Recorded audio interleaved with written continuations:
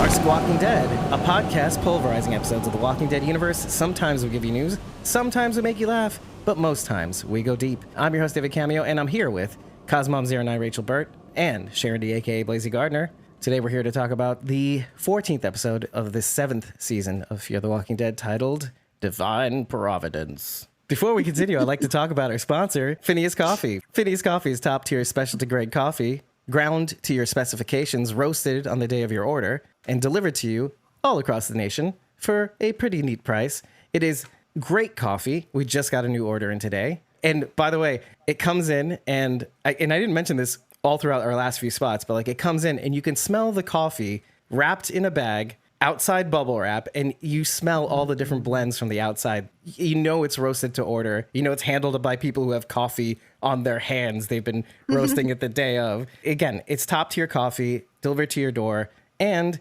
Squawking Dead fans, listeners, aficionados can get their bags for 10% off when they use a promo code Squawking Dead at checkout, and Squawking Dead will get $1 for each bag that you order. So bundle up and help us out and level up your coffee game.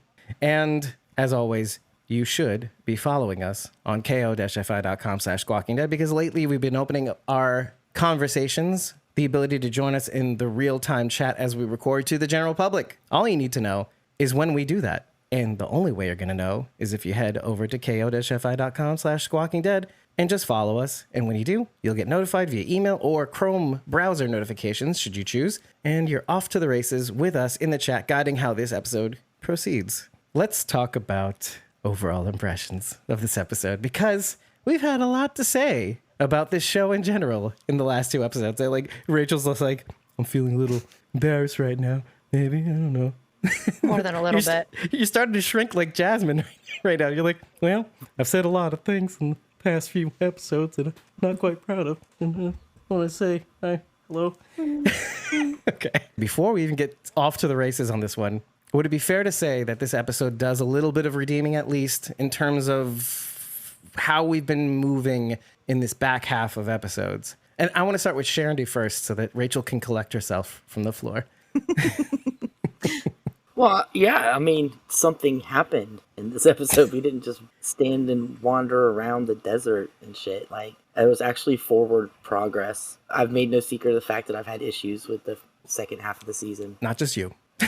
I didn't like this episode on first watch, but on rewatch, I really did. I told Rachel I'm going to have to stop watching the show first thing in the morning when I get up, because I think I'm just really irritable. And, I just hate everything immediately. I still had a few issues, but... Aren't there all... I had a few issues, but only in terms of, does this make sense for this character kind of thing. But on the note of like being irritable in the morning, I'm realizing that myself. Just forget about fear for a second. I wake up and already there are Slack messages from work, and I'm just so irritable, so that my boss says, good morning. I'm like, what's so good about it? What's so great about this morning? Huh? You tell me. Like, I'm like picking a fight for no reason. He said, good morning. What am I doing? So yes, don't do that. If you're anything like me, don't watch this episode first thing in the morning. Probably better off staying up till 3.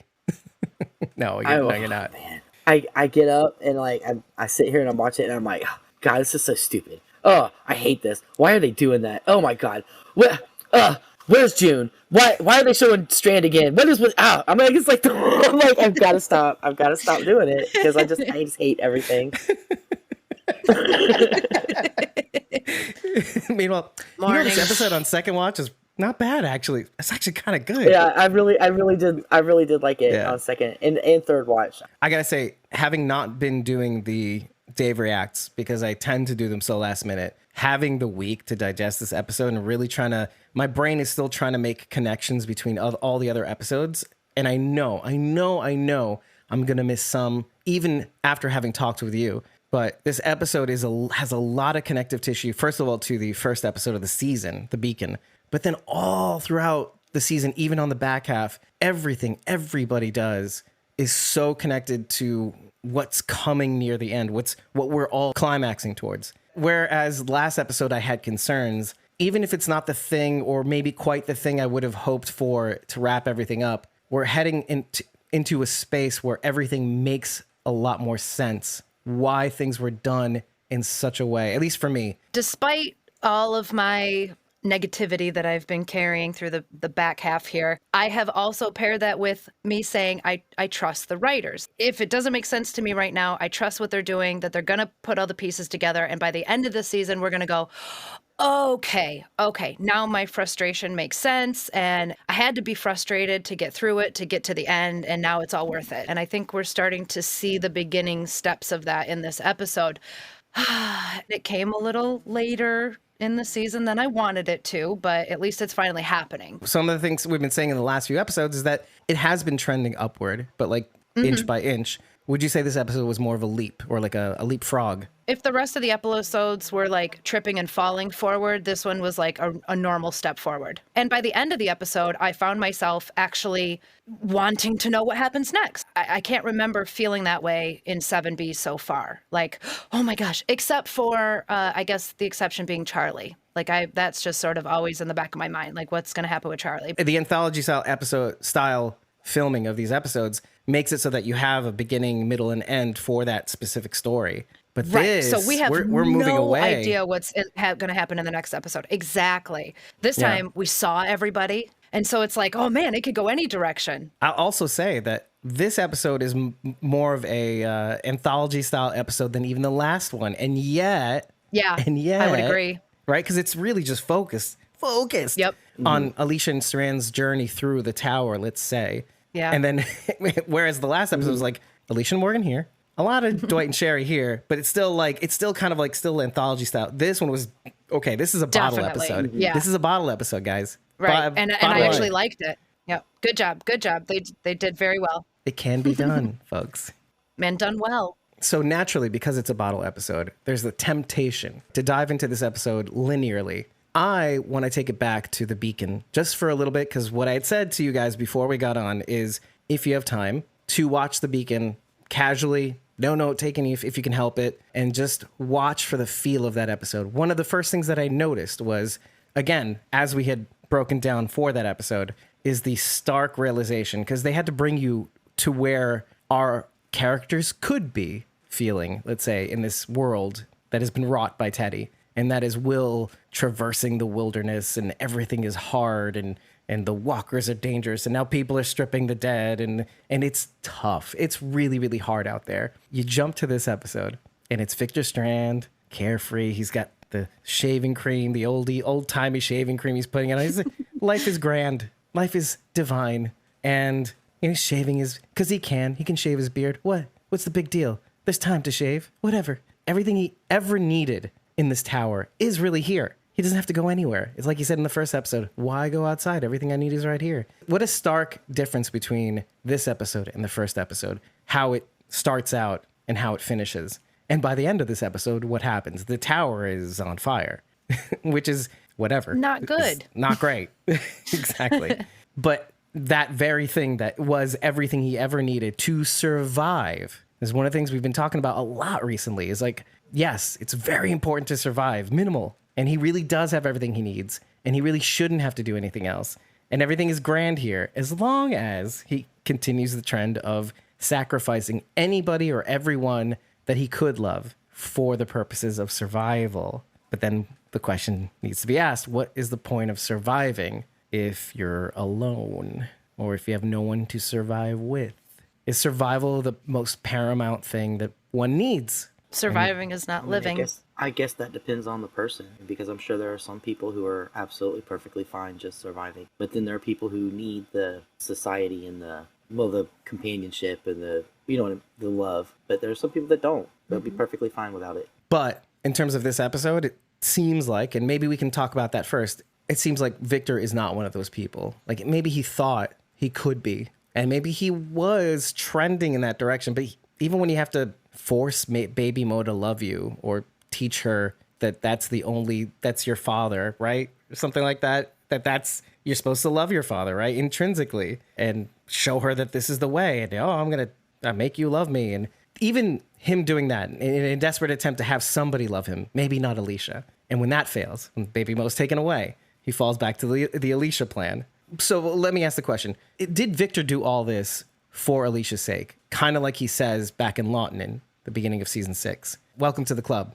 Do you think all of this was meant to be for Alicia or to be prepared for Alicia? No. Simple answer. No. Or is that the cover story? I think Strand believes his own bullshit, but I don't. I think everything Strand does is for Strand. Now, if we're going back to wanting a connection, wanting that human connection or whatever, like Sharon said, it depends on the person. But I do see someone like Strand wanting an audience at least around to say, you know, good job, look what you've done, Strand. Because if it's just him boosting his own ego, that doesn't feel as good as when you have someone else saying, oh, look what a great job you're doing. And for Strand, I think it means more coming from Alicia. If Alicia were to say, good job, Strand, I'm proud of what you did here, it would mean more than a whole tower full of strangers. But to say, I did this for you, I'm not buying it. Does Strand really love Alicia? Sorry. That's a tough one. That's tough to answer. The closest emotion Strand has to love, I think he feels for Alicia, but I don't know that Strand himself is capable, because to love someone, I mean, that means something. You don't just be like, oh, I love you. When you love and care about somebody, that it means something more than just words. And I don't see his actions showing love, if that makes sense. So the strongest emotion Strand has for another person, yes, I do think he feels that for Alicia. I don't know if I would call it love. I don't know that his original plan was to make all this to give to Alicia at the end of the day. He kind of says it in this episode, but still. I think he created it to show Alicia, not created it for her. He created it to show for Alicia like an attaboy? To show Alicia what what he could do and what he was capable of, what he could create. And as to if he loves her, we know from Strand himself that he and his dad, his dad didn't pay any attention to him. I've never heard him talk about his mom. So, I mean, we can probably assume that he maybe didn't get a lot of love and attention as a child. So maybe, like, in his case, he doesn't know what love is. It's kind of sad because, like, maybe this whole thing is just because he has this emotion that is love, but he doesn't know how to express it because he never had it himself. He wants to show Alicia that he loves her and cares for her, but he doesn't know how to express that because he's never had it. If you grow up in an environment like that where you don't get love and attention, then you grow up thinking that you don't deserve it. So even when you do get it, you don't know what to do with it because you think that you don't, or you reject it, it's maybe. not really right, or you reject it. So, like, I know Strand has had relationships and such, but I'm sure even in those relationships, he didn't feel like he deserved any kind of happiness and probably sabotaged them. Cole's a perfect example of that. And what's his name? Griselda's son. I forget his name. Thomas. Thomas. Yeah. Thomas. So Abigail. I feel like it's sad, really, overall, that Strand doesn't know how to express his feelings, and himself it manifests in just making the most terrible decision. So wait, so hold on a second. I think the question begs to be asked, in some ways, or in any way, do you feel bad for Strand? Because I asked this question because of the first episode. And what it was is when I said, I still feel bad for Strand, everybody's like, what? He's the bad guy, everybody. What are you doing, Dave? What are you doing?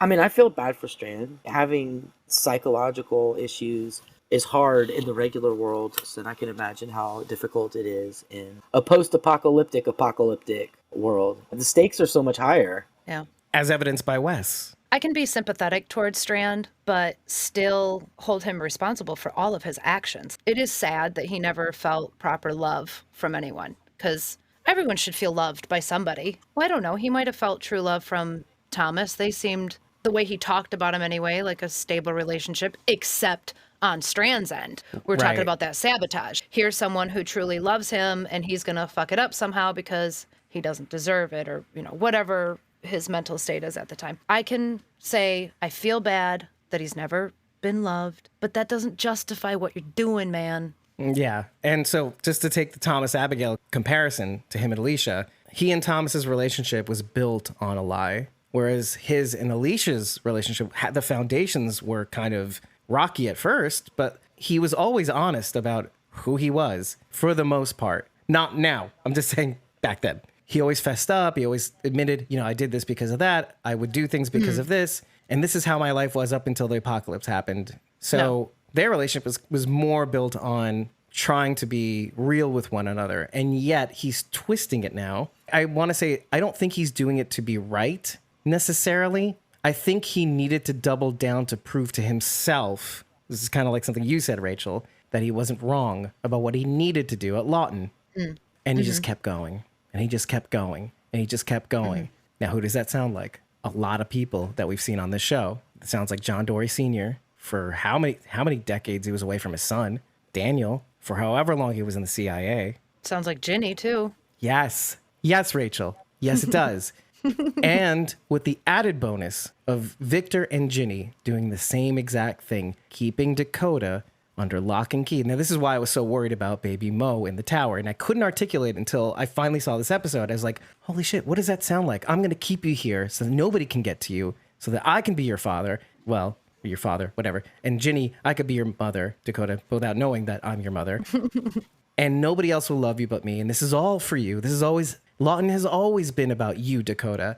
But what is it worth if you twist the person for whom you're doing all this for into something like a monster, let's say? Or in all of this, all you're doing is making her reject you. And this is John Dory Sr.'s warning to Victor about baby Mo. But that is more of a warning for him and Alicia. You're doing all of this in service, perhaps, let's say, for Alicia. Let's just assume that it's for, we know that it's for himself. Well, I think we can all agree that he's doing this for himself to prove that everything that he's tried to do until now was right for the group, let's say, but it got away from him. He just kept doubling down and saying, if I'm wrong, then what was all this for, right? If I'm wrong, so he keeps doubling down. He keeps doubling down. At the end of the day, he is realizing that, I think just like Howard, he never finds out. Howard is got a mercy. He never finds out, and he dies thinking, well, there's a chance that they're alive. So in a way, Howard gets a mercy. But with Alicia, it's like, there's a timetable here, bro.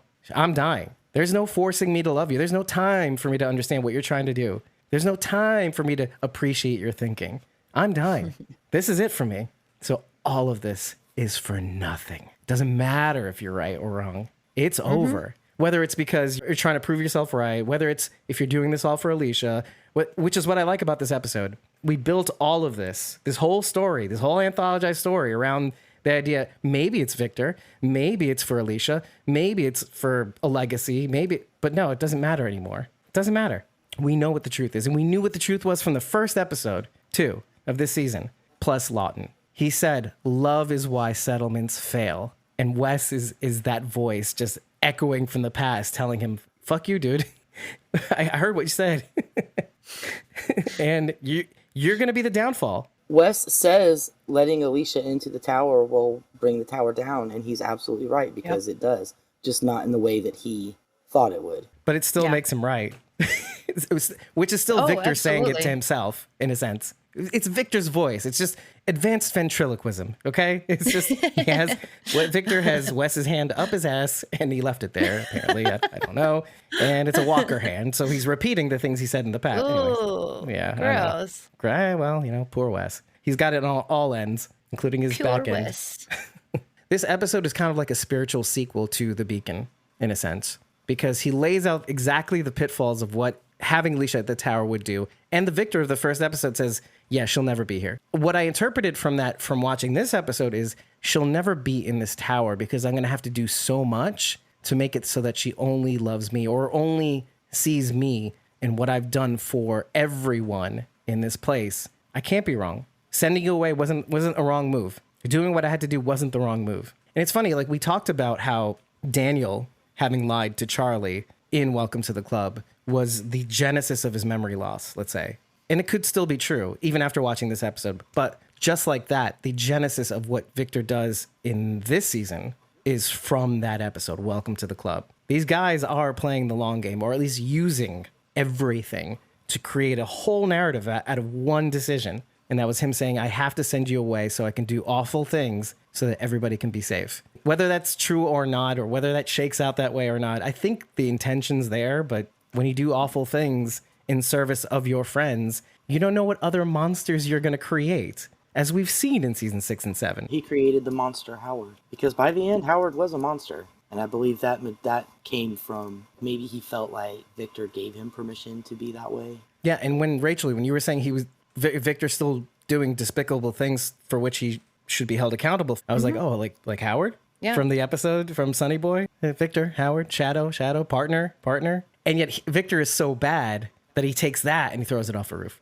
I hope now people stop trying to be Strand's right-hand man, because that clearly is not ending well for anyone. Just let him do it on its own. Especially Wes. We all liked Wes, more or less. I liked Wes. I liked him. I mean, I was neutral like him, I guess. He kind of did a severe 180. He flipped a U-turn like Kim did at the end of the last episode, like Better Call Saul. directly Yeah, the he other did. way. I get Wes's perspective. No, I mean, not like trying to take over the tower or whatever, like what he's doing to Strand, but I get why he left our group and is confused. I just see this poor kid in his head going, I don't know what the fuck to think anymore. I mean, especially when Alicia gets to the tower and Strand's pouring the drinks and Alicia's like, I saved your life. And Strand's like, yeah, well, I did too. And Wes is like, who do I owe my life to? Fight it out. Still the same old Wes.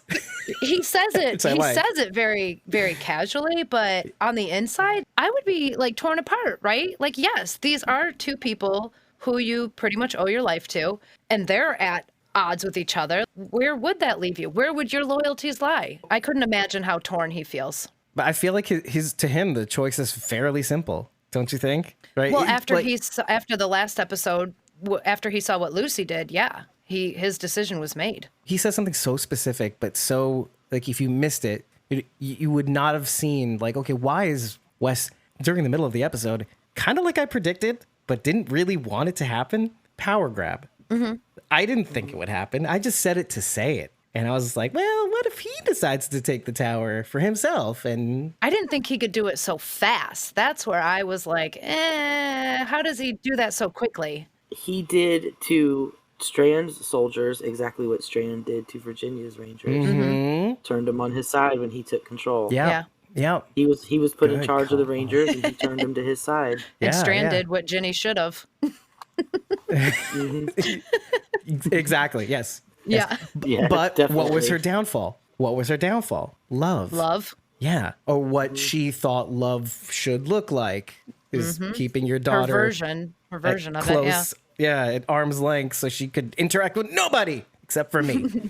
But it also sounds like Victor in the first, or sorry, it actually sounds like Will in the first episode. He says something so specific, and it's that what makes these people follow you? Kind of something that you said, Rachel, more Bridget. Why don't they follow Howard? Why doesn't Howard grab the ring? And you're right, in a sense. Like, what? Why? But Howard is really a shadow and chained to what Victor painted as a very interesting picture of what this history this place could make. I think Victor is also married to that idea as well, but to suit his own aims. It makes sense that they're partners in this up to a point, but then Victor's like, I don't care about anybody. I don't love anybody. So why didn't you listen to me the first time? I'm going to yeet you off that roof as soon as you become useless to me. Like, you didn't see the signs, which is normal for people. People want to think that when they bring value, people will acquiesce. People don't normally think that when you bring something valuable to the table that you're going to be yeeted up. Well, I mean, just effectively yeeted off a roof, or figuratively even, right? A lot of human nature is give and take, at least to some degree. And occasionally you're not going to appreciate somebody. This is like why we sometimes or Howard definitely misses the fact that, oh, you're not seeing the signs all around you. The second you step out of line or the second you become useless to somebody, you're going to be yeeted. But it does go back to what Will says, like, what does keep everybody from going against you? And Victor even says something to the fact you say that as if that's a bad thing. Will said they only follow you because they're afraid of what you might do if they step out of line. But I do want to go back to Wes because Wes has become Victor's wet dream in terms of a driving force for this tower. But just like we said about potentially Dakota until her life gets cut short, because she is the living example of what strangle holding somebody looks like. You do all this for survival. You do all this for the people that you love just for survival. And then at the end of the day, who you're doing it for turns out to be a monster. Well, then, okay, what was this all for? Wes is that in spades. He's like Dakota with machine guns, literally, also. I mean, he's the driving force of this tower in body form. He's like, I know you created me, and now you're going against what you created. I'm not letting you do that. So when we asked the question in the last episode, has this place changed him? I don't think Wes is there anymore. in a sense, which gives you kind of a clearer picture as to what his grief turned him into and having the tower enable him to do as a result of that grief. But I was about to tell you what he says. He says something to the effect of, when they're talking about who saved whom, he says, she and her friends left me to die in the bunker. And I was like, that doesn't make sense with what I remember. And then I went back to that final scene before they go away. And do you remember that scene just before they part ways? I didn't go back to rewatch anything, but that line did stick in my head. And I'm trying to remember when he was left behind. Was it in the holding? Yeah. No, no. When they didn't leave him behind. He's talking about when he's talking about when Morgan and Alicia led all of the walkers into the bunker, and Wes and his men were in there after Alicia. Oh, that's right. And then the walkers right. came in and killed all of Wes's people except for Wes. Oh, okay. More recently. That was I was going too far back. I was too, and that's my bad. Yeah. But thank you for reminding us of just the last episode. Yeah.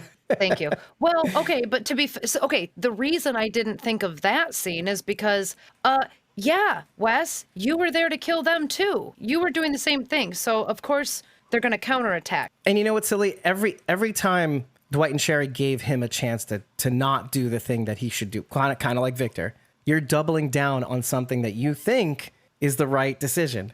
And you can't step away. You can't, because the moment you relent is the moment you're wrong about two things. One, killing your brother wasn't justified, and it's all their fault. It makes you see what you've done and have to grapple with all the nuances. No, fuck that. Fuck that. I'm simple like Victor. I'm right, and I want to survive, and what's wrong with that? And it's all your fault. So he doubled down, and he doesn't see that what his grief turned him into, just like Victor. He doesn't see what he felt like he had to do for his friends, hypothetically, but like in intention. We all have intentions sometimes of doing things where we don't see the underlying current is wrong. Sometimes we think we want to save our friends, but we're not equipped to save our friends. There's so much baggage, and you're not the one to be the hero. Like, I know what you want to do, but can you? Can you, Victor, without falling into something? I do believe what Victor says. I do believe that, at least initially, let's say with Lawton, I do believe he entered into that thinking, I'm going to do all this for you and the people that we care about. Oh, but yeah. I feel like with all his baggage and with all his hangups and like you were just talking about with what he doesn't know about what it means to love somebody, not to have the feeling, but to how to treat somebody. I think all of it gets warped and twisted. And even he, at some points, with all his bluster and with all his intelligence and with all the words that he has, he is too stupid emotionally to know what to do when it comes to conflict, and his own ego actually too, which gets in the way, which I will admit finally. Maybe he wants the love, but he wants to be right more. Or I could see that playing a tug of war in this episode. And honestly, love looked like it was winning for the majority of this episode until that final moment. I do feel like Victor's instincts, when he listens to them, are kind of right. When he was at that handle, Alicia even admits that after what you did with Will, I wasn't going to forgive you. So you're kind of right. But still, it doesn't change the fact that we need to save these people. I mean, if you know it's over for you, are you going to just do the thing and go for broke and be the bad guy? Or are you just going to take your licks? Kind of like Wes should have and given up and wrestle with the fact that he killed his brother, and probably for the right reasons, according to us. I mean, if I remember, wasn't his brother also trying to kill him at the time? Like in the were moment, fighting over a gun. Yeah. Yeah. Mm-hmm. But it's funny what you let yourself remember. His brother was also going to kill all of his friends. Mm-hmm. But see, they were gonna embalm them. Like, they were getting ready to stick a freaking pipe down Alicia's neck. And I think that's why he throws in harder with Strand, because the Enders. Remember the try of the rhubarb pie? Mm-hmm. He's like, what? What? I think those guys are extra, but you're way extra. You need to tone that shit down, Derek. So obviously that's not happening. Even though he says I should have thrown in with the Enders. Look, in the end, he went with Victor, which is like, oh, well, somebody that doesn't lie to me, a place that's honest, a place that doesn't try to be something that it's not. It's here, it's there, it exists. Every fucking where. Oh, no. Yeah. Okay. It's like, God. but it exists. It's not trying to be something that it isn't. It's here. So let's use it. Let's not, Padre, right? Let's not take everybody. No, It's here for the people that are here now, and that's all that matters. It's not an airy-fairy dream that everybody seems to like. The convoy in season 5 or season 6, them trying to the dam settlement. It's not the dam settlement. Oh, it could be this. It could be something awesome. It's not there yet. It's not there for everybody just yet. The tower just popped into existence, and it's here and has resources, and we could just use it for all the people that are here and just call it a day. But no, Alicia got to come in, wreck all my even these people got to wreck my dreams. Like, I want to sympathize with Wes in some ways, but I can't. There's that part of me that is repulsed. Of course I understand him. I do. But there's that part of me that's just kind of like, you need to wrestle with what you did. It's awful that you had to kill your brother, but there's nothing wrong with hoping for a better tomorrow. I know it's awful out here, but these people saved your life. It is awful that he had to kill his brother, but it would have been worse if he let his brother kill him. At least he came out on top in that situation. And like you said, like, I don't understand. Did he forget that Derek was trying to kill him in that moment? Because he's not bringing that up. Yeah, no, I'm sure he has. I'm 100% sure he has. Like, if he hadn't done what he did, he'd be dead. There was no joining up. You know what he was probably thinking? He was just trying to defend himself from me, you know? Okay. What choice did he have? Or he was brainwashed awful? by Teddy. That wasn't really him. Wasn't his fault. Yeah, he could even throw wasn't that his card fault. down. He was Yeah. brainwashed. Now you guys are making me feel for Wes, okay? I don't... See, now I'm Wes. No, I'm being serious right now. I'm Wes. I don't want to feel for Wes. I'm going to openly admit it. I don't want to feel for him. But at the end of the day, when you show me all these facts, I'm like, okay, I really do feel sad for him. And maybe that's where Alicia's at. It's not his fault. Yeah. I see him for who he is. I think there are very, very few truly evil people in the world or on shows. So anytime someone is doing something terrible, there's almost always a reason. There's almost always a way to justify it that's not for evil reasons. So, like, we could justify anything any villain has ever done and sympathize with them. Well, like I said, there are very few truly evil people, and she might be one of them. But again, we don't know her full story. We don't know what her childhood was like. We don't know why she is the way she is. What twisted her up and made her evil, let's just say, right? I mean, we might find out she had a perfectly normal childhood and just turned out this way. Or it might be something. Anyway, I digress. Well, before we continue, you should know, if you haven't seen it already, Alpha does get an episode for herself in Tales of the Walking Dead. Nice. Samantha Morton will be back, in case you hadn't heard.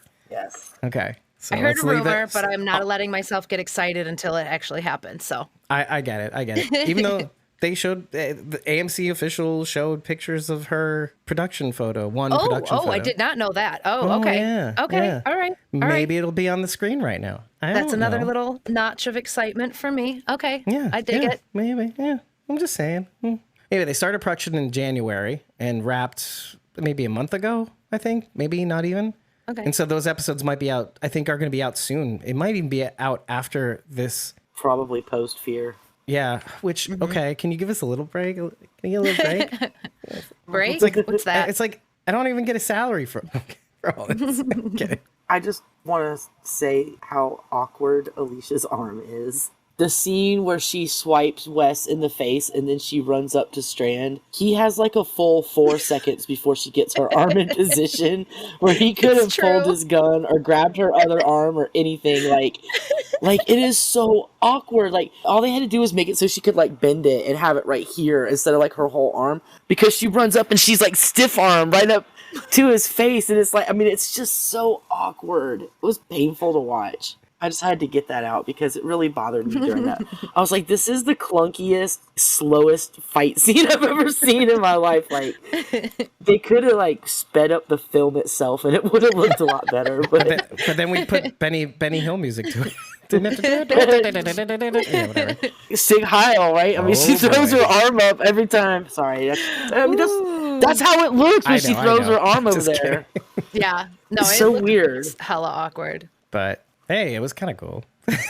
Also, and there's some really good fight scenes. I mean, she's a badass. Yeah. I'll give her that. Yeah. But yeah, she's owning it. I'm not blaming Alicia. It's just so awkward looking when she uses it. Surely there has to be some better weapon for your arm than that thing. I love how in some shots both her arms are equal length, and then in other shots, the bone arm is longer than the other arm. And I'm Oh, like, okay. aw, you guys. Remember when there's an arm there? Yeah, it's in there now. Give her a chainsaw arm like Ash. And the Evil Hell Dead. yeah. You know, but that would make her slower. Okay, Sharon D. So It'd be heavy. That's true. Yeah, but that would be Not if it was like a small little one, like a little what are they? right, what are like those- a what are mini those ones called? oh, like The a hacksaw. like a Oh, jigsaw. okay. Yeah. Okay. The jigsaw. All right. Yeah, but that wouldn't be good for anybody. It was like, what? You're gonna trim some hedges? You're not gonna. Come on, don't Hey, get dumb. it'll still work on people. Yeah, but it'd be like, ow, what? Why'd you You cut could my kill arm? somebody. You could kill somebody with a jigsaw. Give him a haircut. No. Kidding. I don't know. You want to Put a test weed it? But no. Also, Call I'd survive the Mythbusters. apocalypse. No, it wouldn't. No. I'm talking shit right now. He'd be making fun of people with jigsaw arms, and then they'd kill him. Jigsaw arm. What are you gonna do with that? I'm not even afraid of you. Yeah. Ow. Give me 3 more seconds. I'll get to your heart. Okay. All right. Yeah. See? You see what I'm? Anyway. I found it really interesting that the title card was Wes. In season 6 and season 7, generally the title card is who the focus of the episode is on. Right. But the fact that they didn't use Strand or Alicia, I found interesting that they used Wes instead. I'm not really sure what that is supposed to mean, unless maybe like for some reason Wes's death is like this huge hinge that something happens because of it or something. I don't know, but I just thought it was interesting that it wasn't Alicia or Strand, or maybe it was because Alicia and Strand were like between the three of them. Maybe Wes was. I don't know. I know what you're about to it means. I just say thought it because was like, oh, interesting. Wes is in the middle of these two Yeah. forces, but he really isn't. Right. I mean, he's the most clear and not flip-floppy character in this episode. Even Alicia, obviously, in the weapons closet, when they're gearing up to fight the rest of the Rangers, Victor says, you and I were and maybe could still be a team. And she goes, we'll see. But like Wes is just absolute from the start. Don't be an asshole, Victor. She's your blind spot. Don't do it. I'm the Tower. Call me Wes Tower. That's his name, Wes Tower. Wes Tower. Or Wes, middle name the, and then Tower. So that all of this ended up here. There's something so cool about the tendrils from each episode that led to this point. Like Luciana lying to Wes makes Wes doubt whether he should have ever killed his brother in service of these people, which was something obviously that was done in the last season. And the world is so harsh and the stakes are so high, like you said about the post-apocalypse that is the nuclear zombie apocalypse, that it drove him to Victor and made him regret ever having had to kill his brother. And then the Tower twists him into what it needs. Think about all that it took to get him to this point, and it works.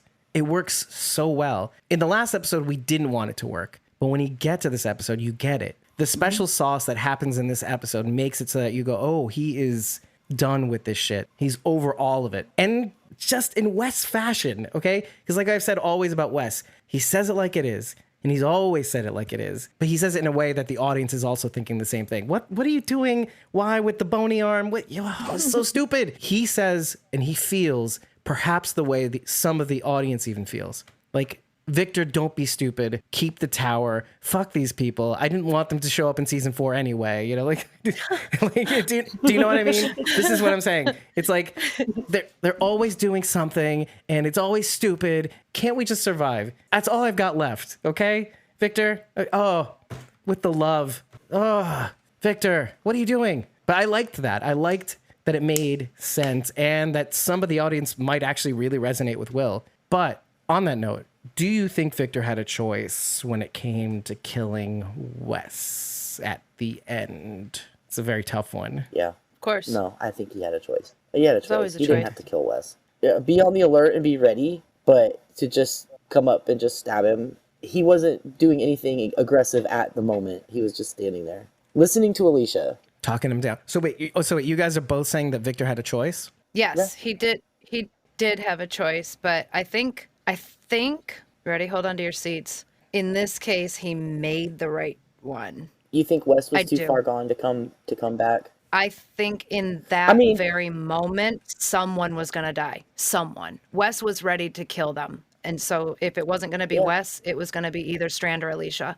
And Alicia probably would Yeah. have been okay with that, having just said, I'm okay with dying. I'm not afraid to die. Right. I'm not afraid to die, and, right. And Strand knows this, and he's not going to let that happen either. So he had to do it before Wes killed Alicia. And you wouldn't either. Right. Given as quickly as Wes turned his back on them, how could you ever trust him again? Right. Yeah. Right. That too. But Sharon, do you still But think then that again, how could you ever trust Strand Strand. again either? So Yeah. it's kind of a catch-22 there. And Strand by is the an way, honest liar, though. You can always count on him to lie to you. that's a mixed bag because that's something I'd have to pick apart. But I will say on first watch, I was on the Strand train on that. I think he made the right choice. Did he have a choice of doing something else? Yes, of course. Yeah. But in instances like that, why take the chance? In the final analysis, looking at Wes throughout this episode and also some prior episodes, because we have that vantage point. That's our privilege. We get to see things from a bird's eye view. Not like Alicia. She didn't have the opportunity to see Lucy lying to him and descend to this point. But we did. I like what Strand says to Alicia, too, about why he did it, so that you didn't have to. That's good of a reason as any for him to kill Wes. Because it was gonna, like I said, it was gonna come down to somebody. So Strand didn't want Alicia to have to do it. And he said, I'll kill him for you so you don't have to. Like a father would his child, in a sense. Sure. So Sure. in a sense, Victor does believe the bullshit. Well, I don't know if it's bullshit now. Yeah. At least he's invested in his own bullshit, let's say. I don't know. Did Alicia ever have the opportunity to tell Strand about Cole? Does he know that she's been in this situation before? That's exactly what I recently? wanted to talk about with Yeah. relation to this scene. Because immediately made me think of Cole. She's having a standoff with somebody she knows, but I don't know if Strand knows about that. Now, I wonder if 'Cause that will if come he- up in the next episode, too, by the way. Right. But it would make more sense to me if Strand did know about that, and that's why he stepped in and did what he did. Like, I know you've already had to do this once. Let me take this burden on for you. Yeah, so I'll tell you, on first watch, I was fully on Victor's side. And on second watch, I was trying to see it from Alicia's point of view. I was really trying. But honestly, I'm struggling. This is not the usual Dave take. The usual Dave take is like, oh, no one's gone till they're gone, right, Dave? No one's too far gone, right? You're here. If you're reading this, you're still here, right? This is the message of the show classically. I don't know about now, but I think maybe that's where Alicia is at. Regardless of whether it's right or wrong, she's really evoking no one's gone until they're gone. When she does fight them in the first floor in the entryway, she's not shooting to kill. She's just trying to get to Victor. That's all she wants. She wants to get that light off. She's not going for kill shots. So in all this, it's kind of what she's preaching. To her credit, she wants to be the kind of leader other people can follow. What is that if not leading by example? I'm not going to put you down unless I have to. Like really, really, unless you're like, whoa, you're trying to kill me and I'm almost dead. Then I'm going to do it. Which is ironic given that's why she made Will leave, because she said she wanted him to kill her and he wouldn't do it because he didn't have to. Mm-hmm. She thought he had to, but we know and he knew that he didn't have to kill her. But that's what makes everything happens throughout this season kind of great, because in a sense, Victor's trying so hard to prove that he was right to do everything he needed to do in Lawton and then beyond. Will, all he needed to do was do something, pay the price for it like somebody should. I mean, I don't know, maybe that's the other extreme, right? That's a little harsh, sending Will out in the wilderness. But having done that, give her the space to come around to that. No one is gone till they're gone. Talk about opposites and talk about two people that love Alicia that do it in their own way in the opposite extreme. I really don't agree with what happened to Will, sending him out into the wilderness and all that stuff, or what Will felt he had to do. I don't know that he had to leave, but I think he left. He left to respect her wishes, to give her space. And I thought that, first of all, given Will and him not having much experience in the outside world, that's kind of dangerous. You don't just do it to do it. And I know he was afraid, but he did it anyway. Then Victor, I'm going to do what I'm going to do. I'm going to do it for you. Hopefully it works out to that effect, maybe. But no, I'm right, Alicia. And that's how it's going to be. And I'm not wrong. And even if you call me out and I'm wrong, I'm still not wrong. It's like these opposites of like, yes, they love her, but No one's wrong till they're wrong. No one's wrong. No one's wrong. No one's wrong till. No one's wrong. No one's That's wrong. it. That's it. A Victor Strand special. Victor Strand's so like, isn't that funny? Victor Strand returns after having a Madison moment, right? They try to kill Strand off, and then we wonder when he's coming back after several seasons. Which, by the way, in the next episode, kind of looks like what they're angling towards, in a sense. Victor's alone in a burning tower. And I don't know what he's going to do. I feel like he's going to do pull a Madison and bring all the irradiated walkers in so that other people can escape and then sacrifice himself. And then he'll show up 3 seasons later. Coleman will go on Talking Dead to announce that he's coming back. Yeah, I'll allow it. Fuck it. I like Coleman Domingo and I like Victor Strand. Give me more. No, but he's turned over a new leaf. He's like, What? he's gonna be like, oh wait. He's gonna have an Eastman moment and turn into like Morgan Jones. Oh, life Oh is my precious. god! Please, But in like a Victor please Strand don't do voice. that, Slurp. Could you imagine an All Life is All Life Precious is version Precious. of Strand? All life is precious. Or else. All life is precious. Wow! Wow. Oh, I want to see him in like a Tibetan monk's outfit and everything, and with his own purples and whites, and I just want to see it now, and a bald head too. Like, oh, anyway, whatever. I know. head. Listen, just like everything else, I can say this because I know that it'll. Let's move on. Let's keep going. If a beer bottle can show up in the sky, we don't know what these people are going to do. Okay. We know they listen to these shows, these episodes. So They can bring some of Madison them. back after 4 years. Anything can happen. Yeah. Don Dory, you're gonna see it. I actually kind of want to touch on John Dory Jr. because just briefly, because it's so interesting to see how, even though we can see John Dory Sr. as an example of having to do something for his progeny, really, he's doing it for himself, but to make a better world for everybody. I just like that it doesn't harm John Dory's development to the point where he becomes a bad person.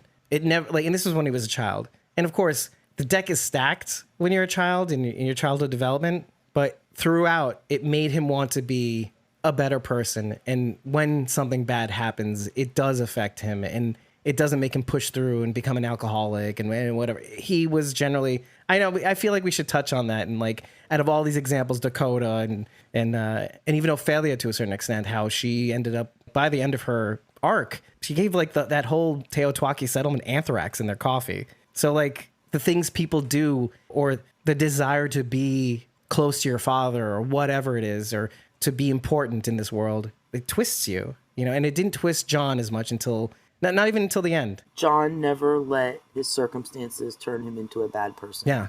I mean, he wasn't a bad guy, but he couldn't stop what happened. And then I guess in that mind, it made him the bad guy, and he couldn't handle that. And so he had to, it's never too late. And look, even if it was to his downfall, kind of like Alicia, she would let it happen. Alicia would let death come if it means that people could be safe. So there's a little comparison there. I like these pure characters. Don't get me wrong. I really do. Who doesn't like badass Daniel? It's just something I wrote in my notes. He made me laugh so hard when he grabbed that guy from behind. And he was like, you know why you're in this situation? Because it's never too late to learn something new. I think he should be a new YouTuber. When you handcuff somebody, you should handcuff them behind the back. Oh my god, it was so funny. He made me laugh and he made me cry. Yep. Fucking Ruben Blades. I'll never. Oh. When he told Charlie not to look at him, oh my god. The way he delivered that line just shattered me. It was, oh my god, it was awful. And having Victor be right also made him emotional too. It was like, oh fuck, this jerk is right. And he did that little tisk thing. He's like, and then he starts crying. He starts crying. He's like, fuck it, but he's right. He's right. Be the man And that you wanted Ophelia to see. Oh, well, Alicia said that. Alicia, but still. Alicia said that part. Alicia used the misdirection because remember in 502, Morgan is talking to Grace and she was like, how did you know I would go? And he's like, well, I didn't. He goes, but Eastman taught me something else. Misdirection. Yeah. You didn't think your life was saving, but I made it about my life. And that's what Alicia did. And Daniel didn't think Victor was worth saving, but she made it about Charlie. I guess, is a Yeah, parallel. redirection. Yeah. Yeah. You know? Yeah. Right. Misdirection is lying, but redirect is like, Yeah, make it about something else. redirection. Redirection. Yeah. Redirection is what I meant. In that moment when he does deliver that line to Charlie, like, don't look at me, I knew right then that he did remember who she was. And I was like, oh, thank God. Like, I felt a sigh of relief when he said that too. That it means something to him. Yes. Yes. For her to not see him like that. Yes. Yes. Yeah. It was like he already knew it was over, and in Daniel fashion, like we said, when Luciana calls him out on it, you're not my daughter. Don't think you're he does that, and he's rejecting it. He's like, this can't be real. I want my daughter, but it's already there. It's already hooked. It's already done. Which is what I was going to say next. My question was going to be, was I right? Stop! You're making me cry with your face. I know. I'm just thinking about Charlie, and I can't. Well, you're making me not feel good about it being right. I mean, we all kind of knew. I don't want to play the I'm right and you're wrong. No, and not even that you're wrong. But like I'm right. I called it helicopter. I'm not trying to do that. I'm still waiting for June's magic radiation wand. Oh man. I don't want to be. Padre is the miracle cure. I mean, I want to know where Maya came from. Maybe where Maya's from has some super strong radiation cleaner thing. I don't know. I'm making shit up Padre. now, but I hope Padre, something it's Padre. exists. It's Padre. You know she's from Oh, Padre. yeah. Stop Padre. it. Yeah. Okay. Okay. So would you be mad? I honestly don't know how I feel. I really don't. And maybe I need your help sorting this out. So Alicia is trying to build Padre at the tower. And she's like, it doesn't Still. exist. Padre's not out there. Doesn't exist. How mad would you be if Maya If is it from does? Padre? Yeah. I wouldn't at all. No. No. I would feel like whiplashed. Yeah, and I know why. I've kind of, because I feel it too a little bit. Let me do my best, Rachel. Why I gotta complicate things? Right? Keep it simple, It do- stupid. Right. No, but it's true, right? It's kind of Yeah. like, can't we just get to a point of resolution? No, this is not the show for it, Rachel. This is not The Walking Dead is very not simple.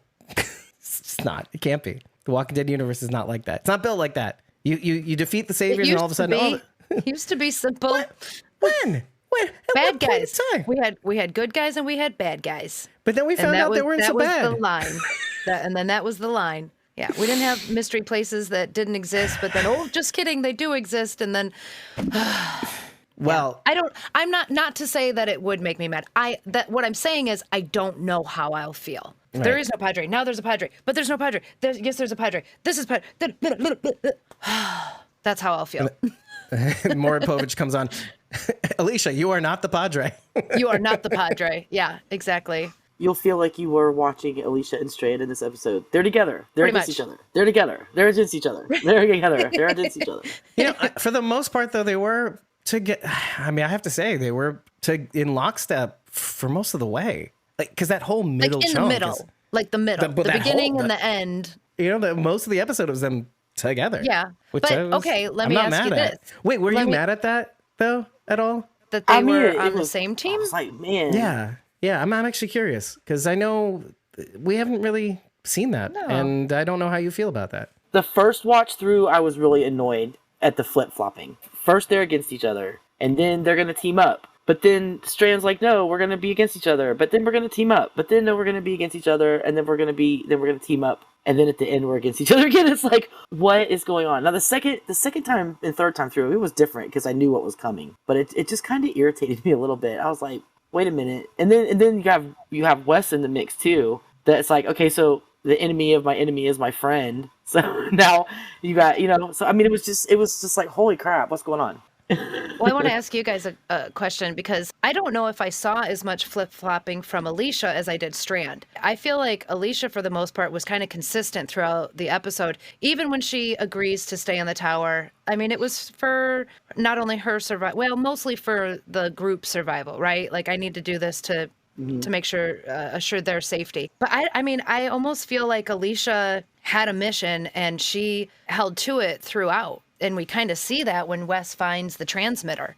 And then she's like, all right, the jig is up. Now I gotta tell him what my full plan was. Which but yeah, wasn't like, even all that bad. No, it wasn't really like- wasn't. She like a kind of lie or plays it. anything. She well, So, Okay.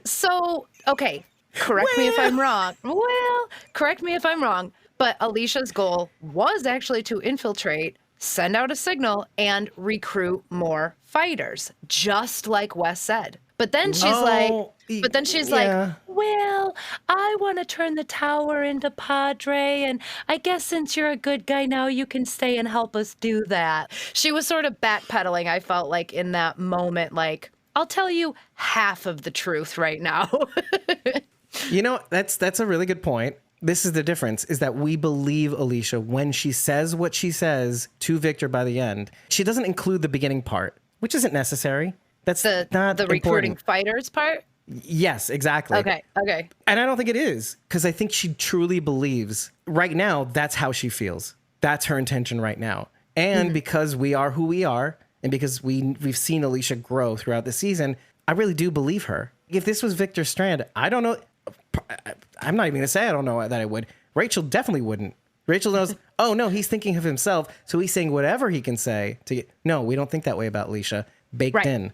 She's doing exactly what Wes accused them of doing, which is fucking lying to get what she wants. Right. But we don't Wes care. was right. Wes was right the whole episode, and he died she for doesn't. it. She doesn't care who she hurts. She doesn't care if she hurt Strand to do it. You said or anybody else. you hit the nail on the head though. Wes is right throughout this episode, but but he was right about the wrong thing. He was right, and he was doing things for the wrong reasons. It's one thing to be right and do things in service for something, but I think maybe that's even a question. Do you think that Wes's goal? Because what is all of this for? At least for Wes, what is all of this for? What is the tower for? Survival. I think he says it. Right. He says, I'm doing this to survive. Right.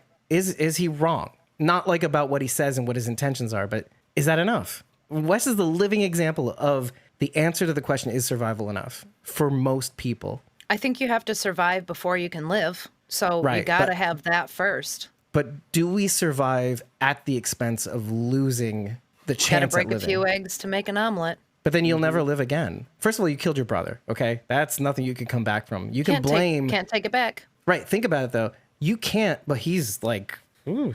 But like I was thinking to myself, killing these people, making them die just beyond arm's reach, doesn't bring back your brother. It's never going to, and it's not going to take the pain away of that loss. So you're going to be surviving, but you're just like what Victor was trying to do. Victor couldn't help himself from loving Alicia in spite of his best efforts. That I can say with so much confidence. You see it in this episode. It's just hard not to see. It's actually kind of hard to watch in some places. Like you see his face and it's like, it's tough. It's tough. He turns to pudding around Alicia.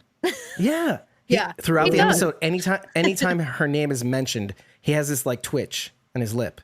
Like whatever. My instincts are right.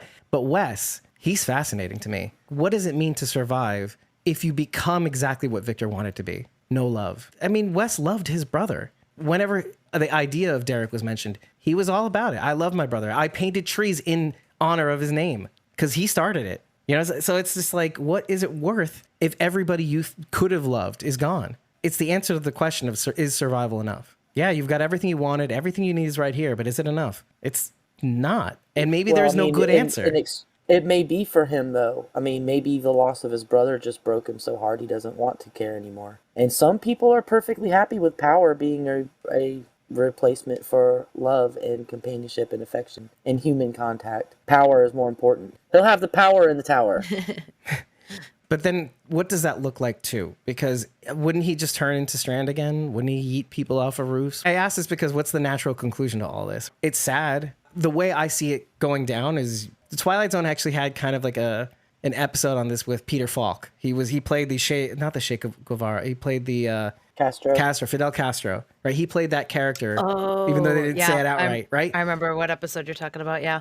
He removed himself from, and they showed the gradations of the people with whom he yeeted off his own roof, right? to send a message. And some of these people were so close to him. Some of these people were the very people that helped him get into power, and he yeeted them off the roof. I'm just using the parlance of the time right now, of this time. And so what does that look like for Wes? What does it look like to be the king of nothing? Wes. That's sad. We've said it before. He would burn the country down if he could be king of the ashes. Of Littlefinger? No, who was that exactly? Littlefinger. It was a Littlefinger? Okay, yeah. Or king of Lance, the country. If he... who's the example. Yeah. Lance Hornsby, Yeah. possibly. When maybe. Now. So maybe Wes Good is to prediction. the point where power is more important than people. And yet, like, just to bring People are people and power is power. You know, what's funny about that is that despite everything, having time away from that episode, which is so frustrating, we got that episode where he enters the party and he thinks everybody's like, oh, they're clapping for me. And he realizes it was Mercer. That was a good nugget to reveal the fact that just like everybody else, he wants to be loved. Lance wants to be loved or at least appreciated for everything that he's done. And he can never be appreciated for all the things that he's done because if people knew, kind of like Victor, all the things he's had to do to keep this thing running for everybody else, they wouldn't love him ever. Kind of like Alicia, maybe at this point, maybe. I think, see, that's the thing. I think Alicia still loves him, but at least she's honest about it. Like, yeah, my feelings are very complicated, but I can't forgive you for what you've done. But maybe she's lying to herself also. Maybe nobody isn't too far gone. In some ways, she's kind of right. Even though Victor does what he does to Wes, I still think she would find a way to forgive him. And that's the thing. It makes Victor not wrong, too, about his instincts about keeping her in the tower. Eventually, she would come around, and I think she would. What do you think? Because I could be completely off base. Well, I don't know. Do you think she would have eventually come around to Teddy if he'd have kept her locked up and listening to the PA over and over and over again? You know what's so odd about that? She kind of did. I don't think she had a choice. She decided to lead all of Teddy's followers anyway. But did she didn't buy into No, I don't think so shit, either. though. But she ended up doing what she was going to do. She can't help herself from helping people. That's the thing. She's her mother's I think daughter. after a certain amount of time, though, Teddy would have worn down on her. I mean, these are proven tactics that work on people. I mean, it's going to take a different amount of time depending on the person, but yes, I think Teddy would have broken her. And it's Victor. So this is nice. Not This is rocket science. now there's an emotional attachment to it too. So it's like deep down she might be like, "Oh, well, I want this to work, right? So I'm going to, I should try harder and make it work, and I should forgive him or look past certain things and go, well, he did make the tower work, despite how it happened. So I don't know. Maybe even just the fact that we're here. What is a life worth living? What am I going to stay here and keep being mad at him and hate him when I really don't? Also, Right. Really? That's a good question. Like, I don't think Alicia will ever hate Victor, period. I think she'll hate the sins, of which there are many, but she'll never hate the person. She'll never not understand really what he's trying to do. That's the irony, right? I think Alicia knows immediately why he feels like he has to do what he has to do, but a price has to be paid. Do you think she still feels a connection to her mom through Strand? I mean, do you think that's still on the surface for her? I think she has her own connection to Strand with her mom having been gone. Or, I don't know, is that the question you're asking, though? Or is it because of her mom that he has this connection? Would Madison be just yet another factor into why she will make excuses for Victor? We had to make a lot of excuses for Madison. So if she could do that for her mom, why not Strand? I think initially, because sometimes you don't have the foresight that somebody else might, and then you indulge it. Bridget called it the breaking glass theory. Once you Yes. bring an idea to the fore, you can't unthink it. And so maybe it was already in the air. And then throughout time, she figured out a way to, oh, he is helping me in this goal of helping Wes, let's say, to use the example. Like, oh, he can be trusted to help me save others. And then throughout, they've had these like little mini adventures and stuff like that too, where they've been good partners and they are a good team together. They do watch each other's backs. And in typical fashion, the killing of Wes is always going to be an interesting flashpoint for them because it makes Victor right, but it also makes Alicia right. They are a good complement for one another, and they're a good answer to some of the things that we constantly grapple with. Of like, you've got to, well, like I have the clip of, obviously, you got to kill them fast before they kill you, right? This is something, the argument that we had, Rachel, you and I, that we had that like, oh, but what is cyclical violence? What does it get you? But that whole thing. Right. But they're the answer. Like, okay, if you check each other and you both come together and try to figure this out, like, yes, Victor can go, yeah, you got to, God, you have to, obviously kill him first. But at least he goes, but then what is it for if what we're trying to do here is get back on track? Like, no, you got to kill him because we have to care about each other only. It's like, well, but there may be some good people out there that can help us make more good in the world. No, fuck that. They were all we need. It's like, but they're a good, but together, if they do work together, they could be a force for incredible good. Do you think that's even still possible is the question, really? I don't know about if they have a future, but I think maybe no one's gone till they're gone, and they may be gone soon, maybe, like Victor, perhaps, and maybe Alicia, maybe too. I don't know. Well, what do you guys think? Could there still be a future for Victor and Alicia? I mean, both in life, in actual life, in living, and or like a chance at some sort of relationship? Well, I feel like with the tower on fire and burning, they're probably going to have to band together to survive, period. It's not going to be like, I'm going to go my way and you're going to go yours. I think everybody is going to have to band together to survive after the tower gets destroyed, which, I mean, it apparently is going to. Can I say I originally heard that as, well, Dave, with the tower on fire, I think you have no choice. Like, but meaning like, I think they're both like not gonna, you're an idiot. But then like you turned it around and it was like, oh, they have to trust each other. Oh, well, okay. All right. Okay. Yeah, Not I so mean, stupid there's after all. an immediate future, but Yeah. like a Oh, so- long future, I don't know. And I think that's probably what Strand started thinking about too, right before he was about to turn the light off. Like, if I do this and all these people come in here, what are they going to do with me? He's already been Right. locked up once. Here's the practical sense of the word, right? He's being super practical. Alicia, there's not enough life in you to forgive me, even after I do this. I'll never get that moment like I should have had with my dad, or that I could have had with baby Mo, like like that lifetime of perhaps building something that of a loving relationship, that which I don't know what it looks like, but maybe I could figure it out. I just wanted to wipe the slate clean. But keep going with that. So, okay, at this point, so Wes has turned all the Rangers against Strand. We know this because we see them continually shooting at our group, and now they're running out there to attack them. So the Rangers are not on Strand's side. And Strand all of a sudden is like, oh, wah, Alicia doesn't love me. You're not going to forgive me. Wah. So where does he go from there? What's the end goal here? I'm not going to turn the light off, and I'm going to get all your friends killed. Then what, Yeah. Strand? I was thinking the same exact thing. By the way, and this is where Ian Goldberg, in the Episode or Insider, is that how she said it?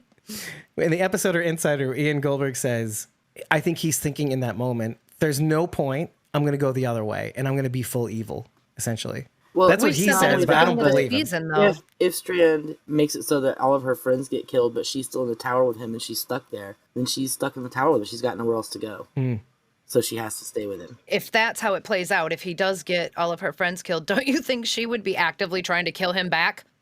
Like, Unless there becomes like a Stockholm syndrome situation, you know? that would take Where so you're- long, though. But if you're stuck in the tower and you got nowhere to go and nothing else to do, you can keep her captive. I'm not saying that's what he's doing. I'm just saying Yeah. maybe that was what was in his head when he was, she'll have nowhere else to go. If maybe Okay. he didn't think that far ahead. Okay. He's This is thinking, him she'll have to rationali- stay oh, here. okay. And you, Right. and you know she'll how have to stay Yeah. here with me. Okay. And you know how I know he's not thinking that far ahead? We just got that from Daniel. Is this how you want Alicia to see you before she goes? Is this what you wanted? Yeah. She's going. Yeah. This is what you're going to do? Sorry, I'm a little animated. Well, I'm, he like, might- 'cause here's the thing. This is why I'm animated. I just want to explain myself because, oh my God, I'm having a Bridget moment. But like, I've invested my hope, I know you're saying it wrongly, in Victor Strand for so long because I've seen the good that he can do and I've seen amazing things from him. And I know you're going to say, oh, why did you buy in? From season 1, I knew he was a jerk. Because people, I know that in the real life, it's hard for people to change. And that's why I turn to stories like these that can show me that, but every now and again, somebody can change and it can be awesome. I want to hope, because even in these shows, a hero can emerge. Where even though it's rare, a hero can emerge. In most shows, a hero emerges and that's the whole thing. Okay, that's the simple shows, right? But we're not watching those simple shows. We're watching this shows where it seems a little bit more mapped on to reality. When that hero emerges, it's that much more satisfying because everybody kind of sucks. Everybody sucks on these shows. Everybody. Rick especially. And then he dials it back. And then he doesn't. And then he's an asshole. But with Victor, he makes more sense to me. You go down a certain path for so long in your life, and then you see an opportunity to not do what you would typically do to people. And then he does. And he becomes a complicated yet person trying to do good. And then you reach this point where he's at the handle. Instead of thinking, is this how I want her to see me? He's thinking, you're never going to forgive me before you die. Fuck you. And that's what disappoints me. Well, maybe kind of the way you were disappointed that Howard left. I get so disappointed because we have that luxury of that 1,000-foot view of who he was and who he could be. Yeah, potential, man. But Victor's the one who throws it all away, not the showrunners. Victor. I mean, yes, it is the showrunners, but it's Victor. It's Victor's But choice. it makes sense. And that's what makes me even more upset. It makes sense. Because then I have the choice of either doubling down and, oh, Victor's going to be good, and or I can see the truth, admit that I was suckered. Maybe not. Maybe the sum total of someone's life can't be summed up by one action. But man, it's making it very hard and unforgivable. And I mean, look, it's not over yet. He could come around and do whatever, but I have to admit to myself when I see something shitty and something that's horrible, but more to the point, this is the thing that upsets me the most, is that you just gave Daniel his resolution for that reason, for the reason of don't kill me. You don't want Charlie to see you that way. That was the whole point of coming back to Ophelia. And you're not willing to do that for whom you say is like a family, like a daughter to you. Like a dot. Yeah, yeah. But that's what makes this fucking awesome, because you have all this long arc so that you don't forget what these people did through, why they did what they did, these fathers to daughters and sons, for those reasons. And when it comes to the final moment for Victor, this okay, are we going to take everything that we just saw and map that onto Victor? And is Victor going to make the right decision? No, he makes the wrong decision. That's really good. I got to admit, like I went through a journey just now. I'm sorry that I did that, but like I needed to kind of feel that. I needed to navigate that because I was just so upset just in this moment right now. But then I have to kind of hand it to Ian and Andrew. I have to hand it to you. That's why we do this, man. These are our therapy sessions. Shit. This That's is where really we work good. out all of our shit. That's really good. That's really good. It's so genius. And then right after that, Alicia even says it. She's like, when given a choice, you will always make the wrong one. And here he is doing it again. At the very next moment, you make Yeah. the wrong one. Yep. Because she was talking about Wes, but he's doing it again now. Right. Just right now. This right now is the wrong choice, too. Yeah. Man, this is like our fourth watch, right? But like, it's a good one. Yeah, it's really good. It's really good. I love how action packed it was. And, you know, like Sharon said, shit happened this episode. I squeed. And now we got everybody inside the tower. Not for long. Yeah. I have a question for you. Oh, please get me out of this. Why do you think Strand refers to Baby Mo as that baby and not the baby? If it wasn't for that baby, and then they took that baby, there's only one baby In the beginning, around. right? Because that's the only time I think it's referenced, right? Because he says, "Oh, is Morgan to show up?" He says something to Alicia, if it, something like, I forget the exact line, but it's like, and if I hadn't been for that baby, like every time he refers to Mo, he calls her that baby, not the We mentioned this in baby. the last episode, I think, too. Do you think it's like just the way of him keeping a distance even while he wants to be close? Because he doesn't know how to he doesn't know how to handle that kind of emotion. You know, he wants to be close, but at the same time, he's like, I don't want to be that close. We've already To the baby or established to Alicia? That's just to be clear. To the baby. Okay. the Right. baby. That baby. We've already established that The bad baby. bad baby. We already know that Strand's love map is askew. He doesn't express or receive love the proper way. But he wants what he wants. But he wants what he That's wants. the problem. Even earlier when we were talking about him like forcing Mo to love him and like raising her to love him, I could see that, but I don't know that he feels love towards her. First of all, how could he? Her name's Morgan. Which is So why he calls her right that there- baby. That baby. But the fact that he delivers that line almost reinforces what I think, and that's that he never loved her. He was keeping her there to protect himself. You're missing the obvious answer. I think he just wants somebody to love him. Well, yes, yeah, he did want that, but it was going to be years before that happened. So for the time being, this baby was offering him protection against attack. Oh, as well. But I really genuinely think if he could grow love in a laboratory with this baby, like in a figurative laboratory, but this is his great experiment. If he can grow that baby up to love him, maybe he could find a way. And this is me again being generous, by the way. He could find a way to figure out how to love her. But again, I want to stress this is the Dakota experiment all over again. When you grow up that way, though, do you think Strand is even aware that he's not loving the right way? Like, it's always been normal for him. So What sort of comparison does he have to say, "Oh, I'm I'm not doing this right"?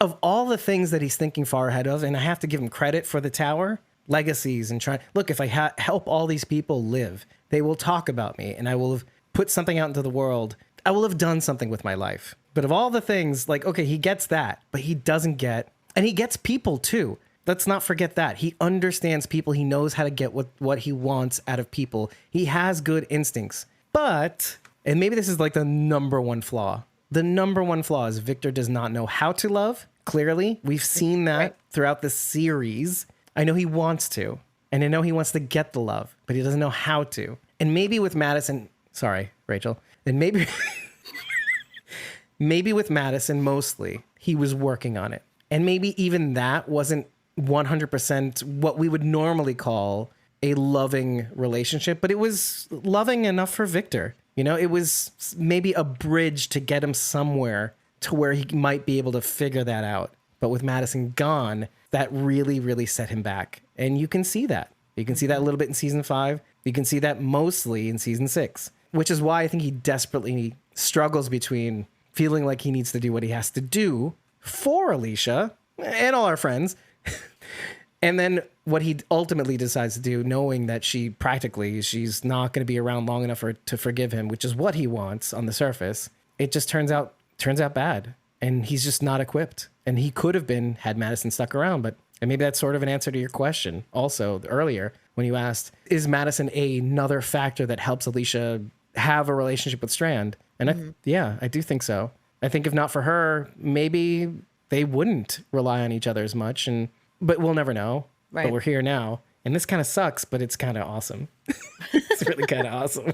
I gotta say, just to answer your question, Charity, is like all of us, if we have the option to have our cake and eat it too, I think we'll do that. Unless it sacrifices the having part. Unless I'm getting the metaphor wrong. We want to try to have everything if it's available to us. But Victor does it, and he doesn't know that he's doing it at the expense of the tower, let's say. I mean, look, he took Baby Mo, and that was like the beginning of the end for him. He did exactly what he said he shouldn't do in the first episode, is love. Love is your downfall. No, but if I cultivate love, no, Victor. No, that's not how it works. Love, period. Didn't you learn from Ginny? That's what happened to Ginny. Love, period, makes you fuck things up for yourself. I mean, I'm not saying Victor's right necessarily, even though he probably is. But there you go. He didn't follow his own rules, his own instincts, which says a lot about people in general. We have big ideas of what we want, and sometimes it comes at the expense of others. And is it worth it? Time will tell, but some people don't have that time, like Alicia.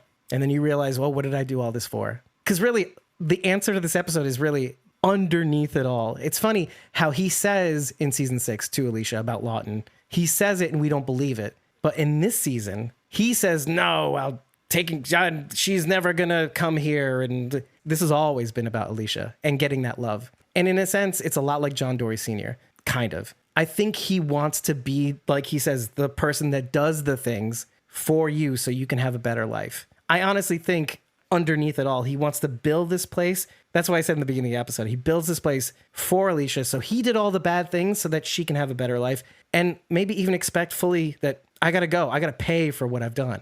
You know, I got to go. I think underneath he wants to be that kind of hero, the kind of hero that Morgan was trying to be in the sub too. Like, oh, I want to be that hero. I'm not that guy though. I'm not that guy. Fuck you. Double stomp kick into a horde of walkers. I'm not that guy, but I can be this guy. I can be this tower guy. I can be the eater of people off roofs so that you don't have to do it. And that it doesn't matter what you think of me at the end, as long as you love me.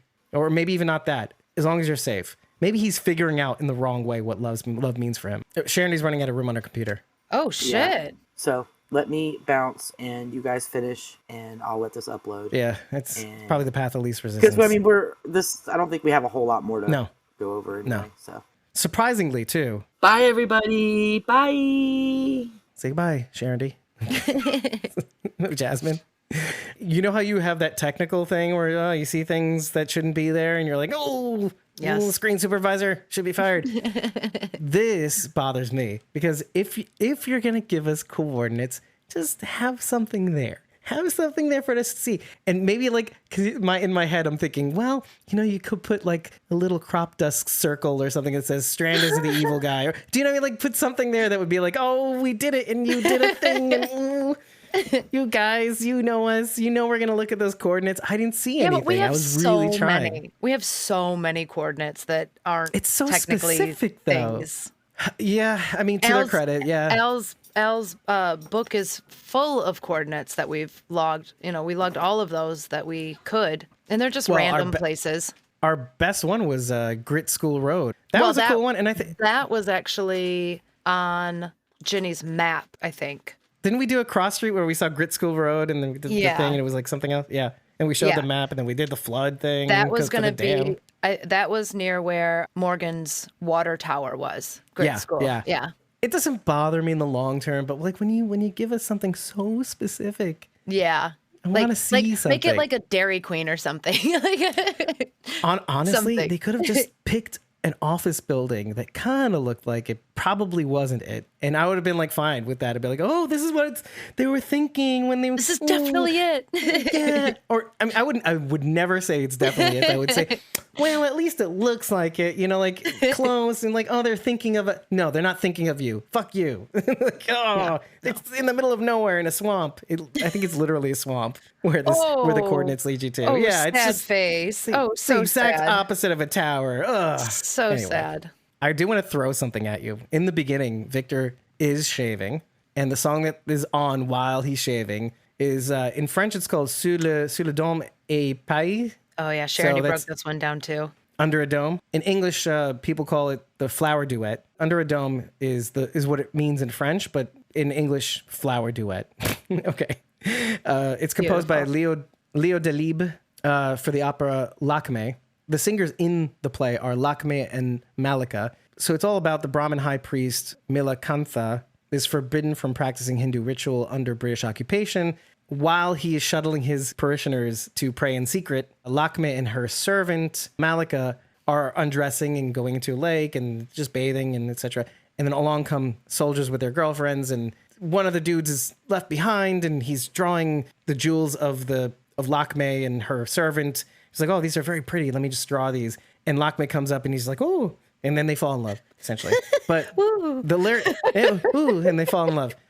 I had to say this because, we have to think in terms of this show, okay? Because then you Will and Alicia is what I was immediately thinking of. But the lyrics are as follows: under the thick dome, where the white jasmine with the roses entwined together, on the riverbank, covered with flowers laughing in the morning, let us descend together, gently floating on its charming risings, on the river's current, on the shining waves, on the hand that reaches for the bank, where the spring sleeps, and the bird sings. Under the thick dome where the white jasmine, calling us together.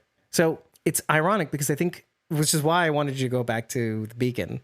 I kind of wanted you to get the feeling of the difference between the beginning of that episode and the beginning of this episode, but also it's like the episode doesn't want you to forget. This is what I got out of it, but I want to know what you, because sometimes I throw something at you, you're like, ugh, and I'm like, oh, that's way better than what I thought.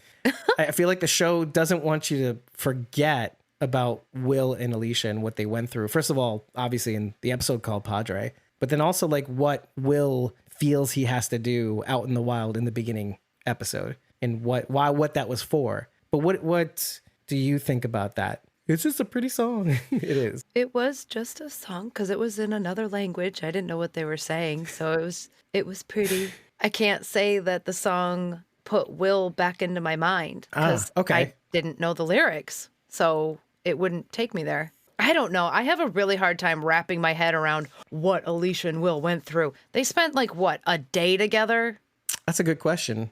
I don't know how much time they spent together down there while It Alicia couldn't was have trying to been recover. more than a couple of. Well, okay. Hold on. Let me backtrack. Alicia and Will spent at most, and this is even a stretch, a couple days before she went unconscious. Now, Will spent more time with Alicia than Alicia spent with Will because she was unconscious and by her side, and so he had time to build more up in his head of what they were and how he felt about her versus her spending a day with him and then cutting her arm off. So is she really thinking about being in love? I don't think so. She's like, ow, my arm. And yet Alicia also was affected by this thing. Will had a tremendous impact on her in a sense. what he meant, what he represented. Do you think Will would have had as big of an impact had he survived? Do you think Will's impact is only because he died and was taken away from her? Oh, that's a really good question. And you know what? I have to admit, sometimes when that happens, you feel like potential is cut short. And that Absolutely. affects you way more. Yeah. Well, we don't know, but I think that doesn't matter. You're right. It doesn't matter. Because I think Will and Alicia represents to Will how life could be. It doesn't have to be like it was in the bunker with all the senators. Wait, Well, I'm going to go back to Alicia too. But yeah. hold on. I'm not drawing this line. Alicia represents how life could be for Will to Will? Yeah, I because was I think- thinking the I think- opposite. Will what? represents that for Alicia. Oh, He also, I was going to say remembered that. I was going to get to that. Don't worry. okay. See, I guess I don't. Okay. I see that Yeah. side of it, but all right. I was going to do the hard one first. Alicia to Will is harder in some senses because Will, all he knew was the bunker. He lived with the senator when things went bad, and then things went nuclear, and then Teddy's people came down. And Will was clearly afraid of going up there. Period. He was like, yeah. I don't want to go up there. No, don't make me. Then Alicia comes into his life, and things happen for him. He starts to see things a different way. He has feelings. His first impression of people from the outside were Teddy's people. Yeah. That's a horrifying thing to have to witness. And so when Alicia comes into his life, it says, okay, maybe they're not all like that. Maybe things can be different. That's a Okay. harder one to explain. And it makes I'm just him, looking at Alicia like she's not so great either. he doesn't know that. True. We know True. that. True. We know that. Very true. So, but Alicia's a little easier. Alicia, what Will represents to Alicia is the life before. Yes. How things could have been. Right. He reminds her that these walkers were people once and that it should mean something to take them out, I guess. And I think to use well, Jesus Christ. But we used the kids from World Beyond as an example because they were behind walls. They got to have lofty ideals of how the world could work, even knowing that shit's going on outside. They retained their humanity because they weren't challenged, as much as everybody else has. They have the luxury, even though they know what's going on. So that's what Will represents to Alicia, is this time capsule that knows what's going on, sort of, but is not confronted with it. And so it's a time capsule for what humanity was like. She needed a reset. I don't know if she needed it, let's be honest, but can't always have propeller / suppressor flash sword Alicia. I like this. I like this marrying of remembering, like, even like Matt Sale, her boyfriend in the first season, like even remembering that, what that could have been like, and having that ripped away from you, what that's like. It's very confrontational, and it's something she's always wanted. And maybe just like Victor, maybe she thought she could have her cake and eat it too until his life was cut short. Nice little comparison, right? And yet it was denied to her. What Victor did maybe was unforgivable. And maybe, just like Victor, she thinks practically. Kind of like you also. Like, how long could Will have lived anyway? It's Will. Well, being sheltered literally for most of the apocalypse. I mean, he didn't really come with the skills necessary. Though he did make it 50 days out in the nuclear apocalypse. So, yeah, maybe don't count people out, I suppose, huh? That's true. We don't know what we're capable of until we're put in those situations, I suppose. So Until we're tested. Going back to the song, yes, it is beautiful, and it shows us an airy-fairy, lovely, not hellscape landscape. But it made me think of him because it's these two unlikely people. I could have never pictured either of them coming together, which is kind of what the opera is saying. You're a British soldier, and you're not human, and you're occupying our country, and you're making it so we can't pray, and oh, you're awful people. But then she sees the person and not what he represents. And he sees that she's a person too. And what am I doing here? And they have to deal with all the things surrounding, all the politics and the environment surrounding them. So maybe it's not, maybe it's not Will and Alicia. Maybe it's Victor and Alicia. It's not a love story. but not in a it's more- romantic. Yeah, thank you. Yeah, Yeah, not in a yeah. romantic way, but yeah.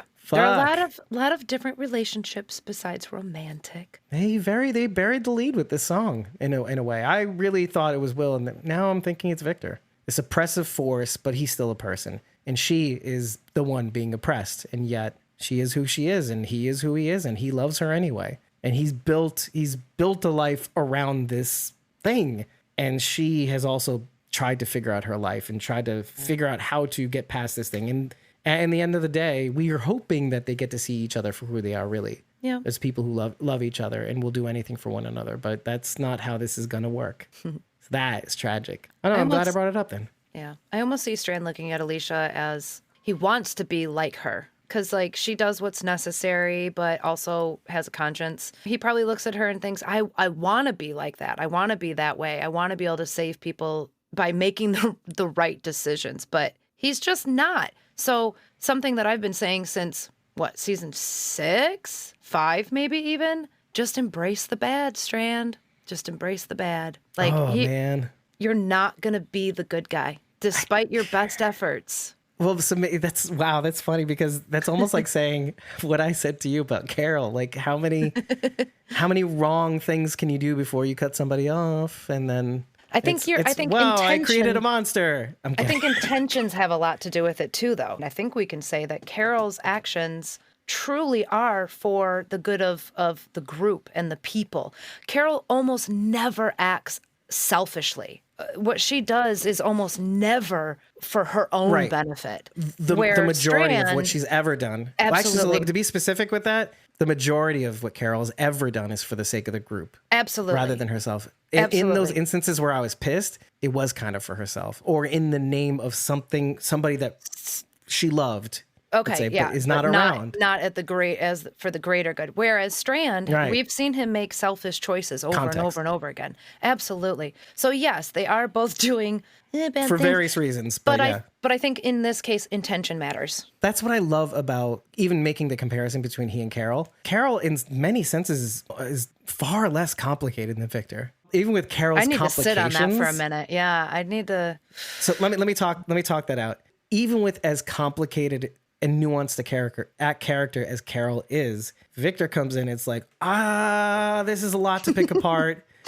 I want to like him, but he does things that are bad and they're not great sometimes, and sometimes they really are great. And I see that glimpse. Our starting point with Carol is that we think she's a good person who's been dealt a bad hand. But then, she navigates, she does ugly things for the right reasons. But we don't discredit her. Her starting point with her is that I think overall she's a good person. Mm-hmm. She may get there an ugly way, but it's forgivable. It's Carol. Right. But when we get to Victor from the start is shady. You think he's all in it for himself for the majority from the start. So the impressions matter. Mm-hmm. But then you're like, he's not that bad. He cares about this person. He's willing to put himself on the line, right? Because you're questioning. Because you're still questioning. You're still like, this is what I mean by like, he's a mixed bag. He's not easy. Oh, Victor, you're not easy to love. Who did we hear that from? You're not easy to love. Princess. Yep. Oh no, now I'm feeling bad for him again. Oh, that's such a good comparison between the two. Because you kind of like Princess because she's kind of cool. But then, you realize that she can put people in danger, too, with horses' heads flying everywhere from a minefield. And so you're like, but it's not her fault. For the most part, she was also dealt a bad hand. Mm-hmm. Man, Victor, why do you make loving you so hard, Victor? Why? I love Victor more as a bad guy. I just want him to go full-blown evil. Well, that's a good place to go to a different topic at the very least. If not, somewhere else. No, and that's because there's no answer. There's no good answer. There's really no good answer. We just got to sit back and see what he's going to do next. Even in this back half, Victor, I feel like, has been a bright spot because you don't know what he's going to do. He's always entertaining. Oh, wow. Yeah. Totally. Well, in terms of narrative, yeah. Mm-hmm, yeah. Mm-hmm. A wild card that you don't know. Yeah. Who wants to expect things? Right. And but because of those things, how do you come back from that? You can't. I almost think you can't. I want to say we can, just for the reasons I said earlier. We always want a redemption story. Could you see Strand turning a new leaf and being a good guy in season 8? And we're all like, hey, remember when he chucked 40 people off the top of his tower? We're just going to forget about that? We want to forget what he had to do to run this place? No. Yeah. We're going to forget about that? Yeah, and now that the tower's on fire, it's like, oh man, all of that shit was for nothing, Victor. Mm-hmm. Shit, Victor. What are you gonna do now? Oh, you're gonna double down now again? I'm a Victor. Come on, man. But it's believable. When all is lost, it can't be for nothing. It is for nothing, brother. So love the ones you have, right? While they're there to love. And even if they don't love you back, that's love what anyway. love is. Like that's you love. Yeah. If it's unconditional, then it's unconditional. It's not hinged upon whether they love you back or not. You love them because you do. You love him. Yeah. Yep. But that's why I like what it's like weird. It's like I like what he does because it's not what we expect. Again, Yeah, it's not what we he's- expect. Strand is It's never so boring. interesting. My heart hurts thinking about what it must be like to be him. Well, if you do that, just guard your heart. But I at mean, the are end we of the day- sitting here at the end of the going, day, I like what he ends up doing because Yeah. it's hard. It's ultimately it's really hard to put yourself in his place. Ultimately, because if you were like Strand, you're not a normal person that watches this show. You'd be like, oh, that's bullshit. I would have yeeted Alicia off the roof. So like whatever. sitting here feeling bad or like, I don't know, you're like, oh, it hurts. I feel so bad for Strand. Like, do you feel that way for Negan? Did you feel bad for Negan when he was in the sanctuary running things? Because he had gone through some shit. We just didn't know it. Do you look back and go, oh, this poor guy? No, fuck no, we don't. They're Yeah. making No, bad you're right. choices. Yeah, you're right. I mean, it's not even until season 8 that you get a glimpse of what those choices, why he felt he had to make those choices. And maybe you're supposed to feel with Victor. We don't have that starting point though. Right. It's complicated. Victor's starting point is it's complicated. And it's not that simple because he is saving those people that we first started seeing. He's saving them. Yeah. You know, And so it is like, hard. see how complicated it is? It's especially hard because at one point Strand was part of our group, and now he's like outside of our group, being the bad guy, much like Being the bad guy. much like Wes. Like he was part of our group, and then he's like, "Fuck you guys! You made me kill my brother, and I'm gonna blame you for this instead of blaming myself." We're not blaming anybody. We're maybe blaming your brother, but see, he I can't mean, because his shouldn't brother's he? dead. He should ultimately be blaming Teddy. Yeah. He really should At the be end of the blaming day. Teddy. Yeah. This is such a good episode. The more I think Yeah. about it, the better it is. The I more only- I watch it, the better it feels. First and foremost, Sarah and Wendell reunited. Yay!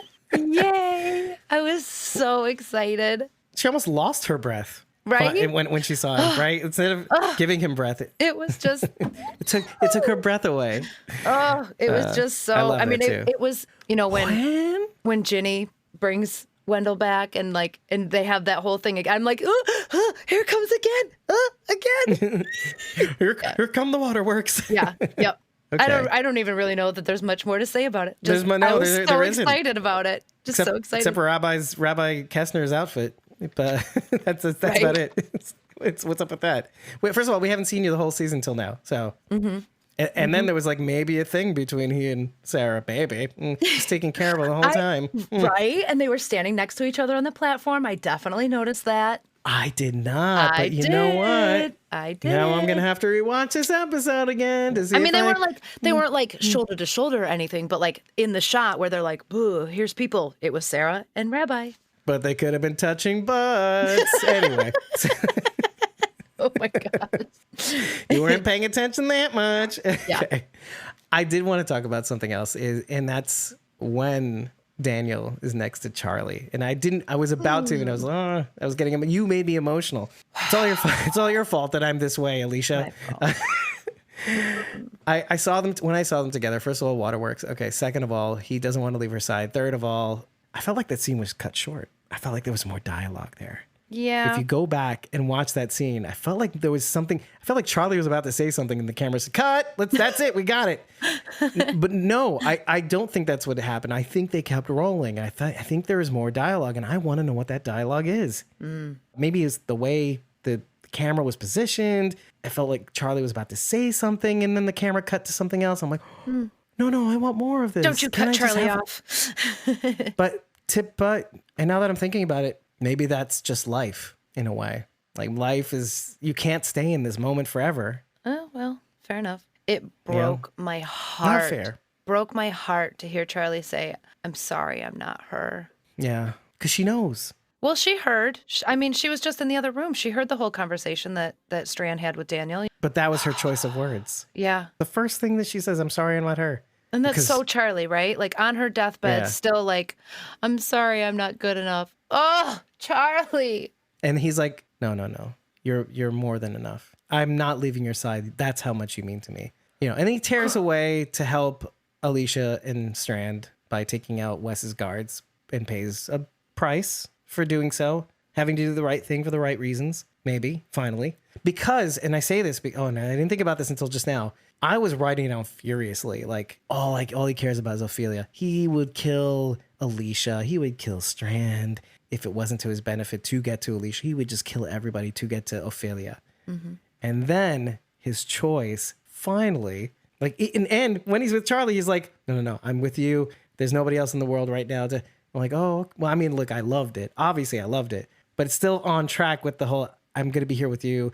Nobody else matters in the world to me. Fuck you, you deal with it. But this is why I'm marrying the idea of there must have been something else in that dialogue, even if it was just congenial dialogue between Charlie and he when the camera stopped rolling or when the editor cut it out. And Daniel's decision to finally to help everybody and then paying the price for doing so. So if you notice, I think Daniel gets shot in the same spot as John Dory Jr. Interestingly enough, I wanted doing the to right be, thing for the right reasons. I wanted to be really mad. And I was the first time I watched it. I'm like, are we seriously not going to talk about how Daniel literally just got shot in the heart? But upon my second watch, I did pay much, much closer attention to where his hand was. And it was definitely higher up here. And I'm like, okay, all right. So, they might have just gotten part of a lung or something. And the top of it too. And it's Daniel. So we know he's going to, his body just went bullets. Nope. Pew, ping, just like shot that fucker out. Daniel's a badass. It's a flesh wound. It's a flesh wound. Nothing's happening here. Which is what he tells June later too, right? No, I'm fine. Go check on Charlie. What? Oh, no. Oh, yes. More of that. Like, no, Charlie is as stable as she's going to be for the moment. You need to be sewn up. How is he not actively bleeding? I don't know, man. It's Daniel, right? It's Daniel. That's all I can say. He's got plus 100 plot armor. Right? No, it's so not true too. I feel like he could go at any time, but he doesn't. And I like it. But he could also survive anything. I also feel like. Yeah. Retroactively. Until the writers actually want to kill him off, he will survive everything. He will die from a cold. Typically, he'll die from a cold. Oh gosh. Oh my gosh. A fire didn't kill him. Yeah. All these things. Oh my gosh. Shot in the face. Lightning. Shot in the face. Lightning striking almost him, but the walker instead. Remember, it was season 3. I think it was season 3. Yeah, it was season 3. It was near the sewer tunnels, and he was fighting this big ass walker. Sharon says he survived Morgan's speeches. Absolutely, that was probably the most difficult thing to get through. Keep talking, Morgan. Mm-hmm. Okay, so what Sharon D is talking about, so the scene, I think Strand and Alicia are in the gun locker, and he's talking about, we used to be a good team. Remember, we saved so many people, and she's like, oh, Wes? Because Wes is like... I was thinking more of the kids. Well, what Sharon D is saying is she only mentions Wes. So is this confirmation that no one else survived the nuclear blast? Is Wes the only person at that moment still alive out of all the people that they saved? Question mark. Next topic. We'll just leave that there. Because there's no good answer. Because we don't know. Even the people from the stadium had survived. We didn't know that they did, but they said that they didn't in season 4. Oh, they went off and then they got themselves killed. No, Cole's here with all those people. With season a group 6, of people. whatever. Yep. All right, well, okay. Fine. But then they died. Yep. So who was it? I think it was Jasmine said maybe Nora's people did survive and now they're pissed that they all got abandoned and left at the dam settlement and they're going to be our bad guys in season 8. Like, how could you just leave us? How could you just leave us? Yeah. And think of Tess and yeah, the kids and Nora's people. Yep. All of them. They're all mad. And they're all suffering like way worse radiation. So they got like extra limbs, like I said in the last and episode, like they're all have beta burns and stuff. And you know what's funny? Is it Victor that mentions the type of radiation, which is alpha radiation? Yes. This is the first time Alicia vaguely, very, very vaguely mentions, or at least at the very least, the viewers are reminded that she took a mouthful of radiated walker blood. And she's like, oh, what? Charlie will be fine. And Strand's like, no, this was different. This was much worse stuff than what you dealt with. Yeah. Well, I think Alicia's was theta radiation, if we're to believe that it's the same radiation that Grace had, which does get absorbed in the womb, if you remember when we broke that down. Yeah, and I would agree with that because it was from one of the Or walkers ionic radiation. Finally. Okay. I was trying to remember that the whole time. Yes, which makes complete sense because that was the walker blood she gets in her mouth is from a walker from Grace's plant. So yeah. Right. Which should have less of an effect. And if it does have an effect, like Thomas said, Celtic TSO on all the socials. Yes. He says she won't even see, even with that little bit of walk, maybe even not ever, effects from that radiation. But if it'll be like Still. years and years and years down the road. Decades. Yeah, decades. Okay. Alpha radiation occurs when the nucleus of an atom becomes unstable. The ratio of neutrons to protons is too low. The alpha particles are emitted to restore balance.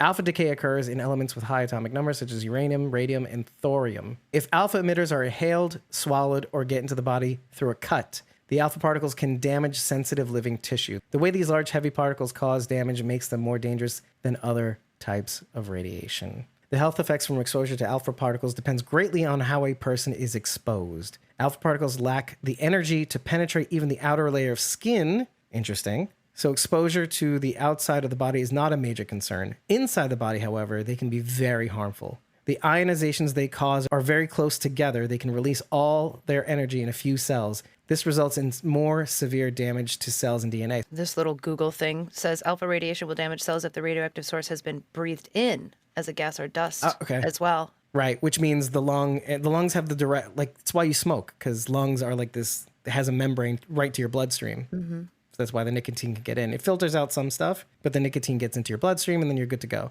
Makes sense. Which is why she should have had her mask on. And I'm satisfied with that answer. Wow.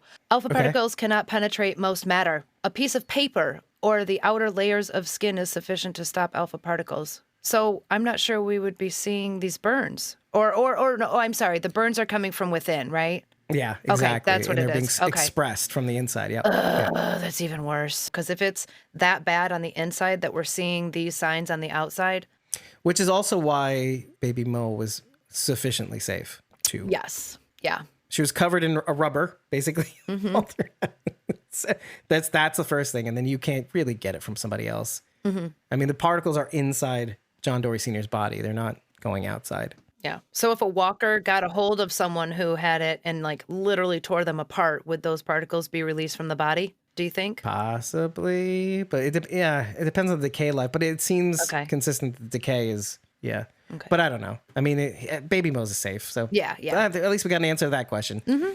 I think the only thing I wanted to say about that was I sufficiently predictive on what would happen? I thought for a hot sec, I was kind of like, oh, this isn't turning out exactly how I thought it would. And oh, Daniel isn't really working out that it's Charlie he wants to see. But maybe he was by the end of it. That's the thing. That's what really gets me. What do you think about my prediction? I think we were all right about Daniel being on a mission. He was in search of someone that he cared about, but his brain wasn't telling him it was Charlie. He did recognize her eventually once Strand kind of was like, she means something to you. This is Charlie. And then we even hear Daniel say to Charlie, I'm seeing things much more clearly when I'm around you. So we even said Charlie was going to be the cure for Daniel's memory loss too. And I think we called that one too.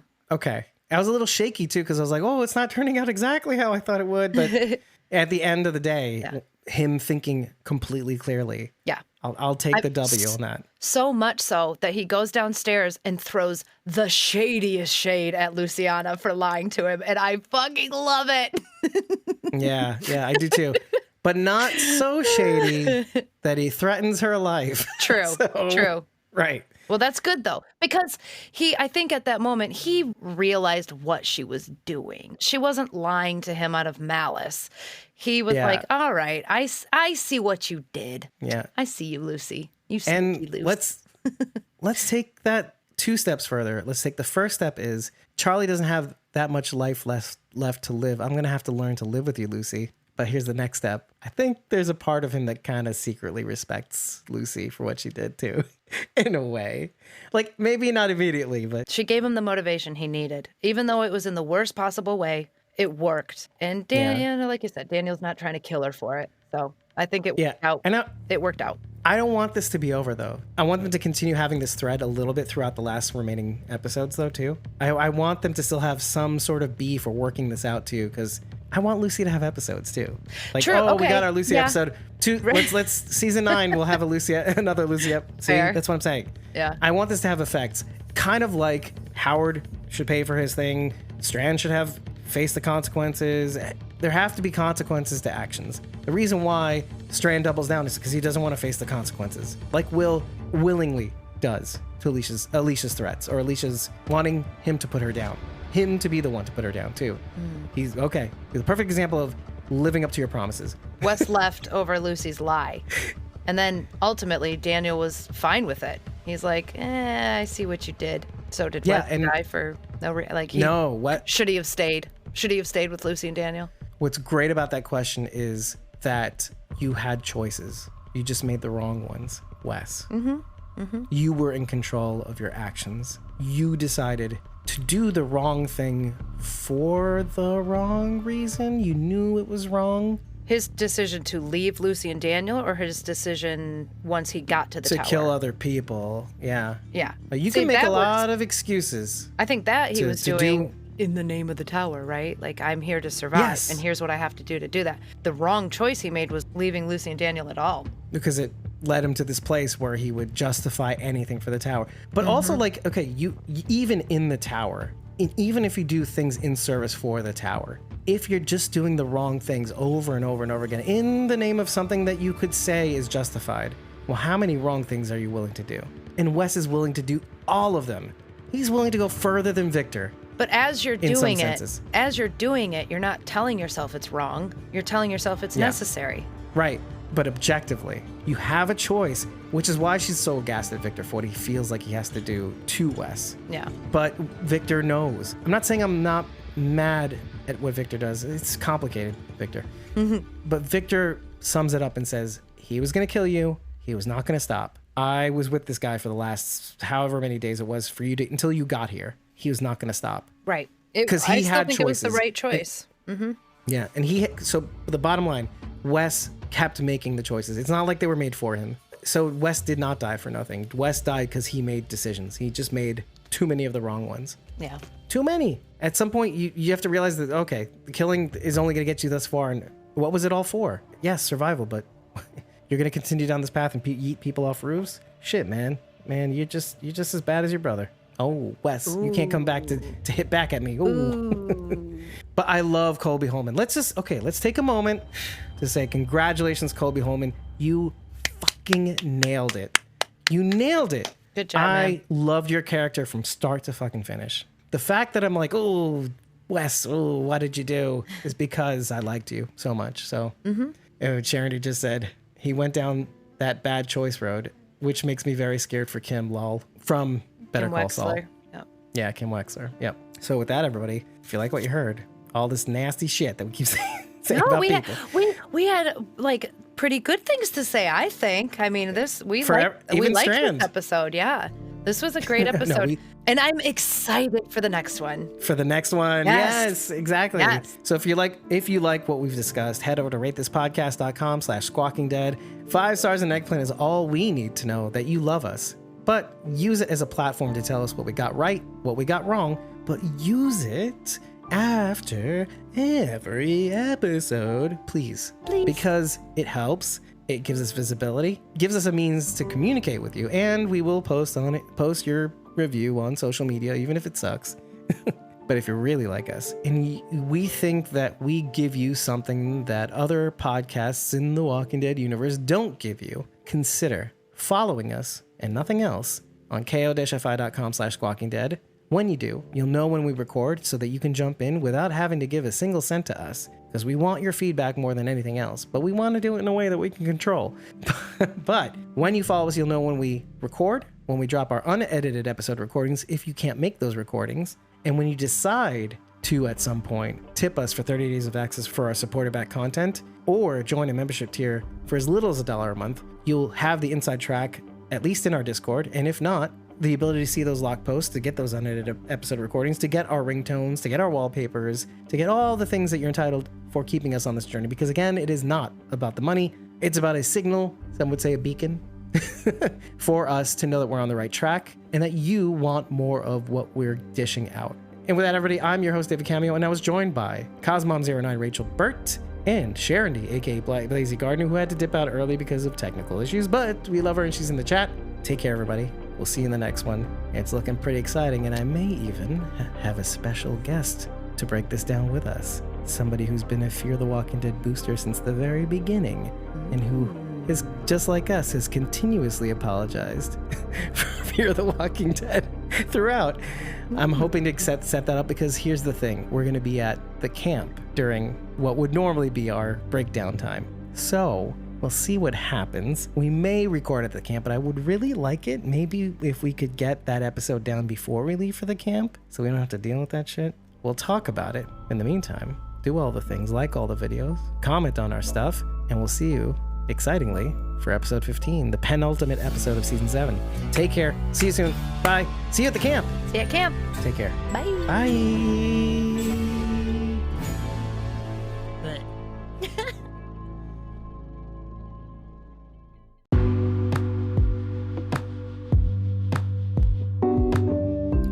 Thank you for making it to the end of this episode 193, which covered episode 14 of Fear the Walking Dead 7th season, titled Divine Providence.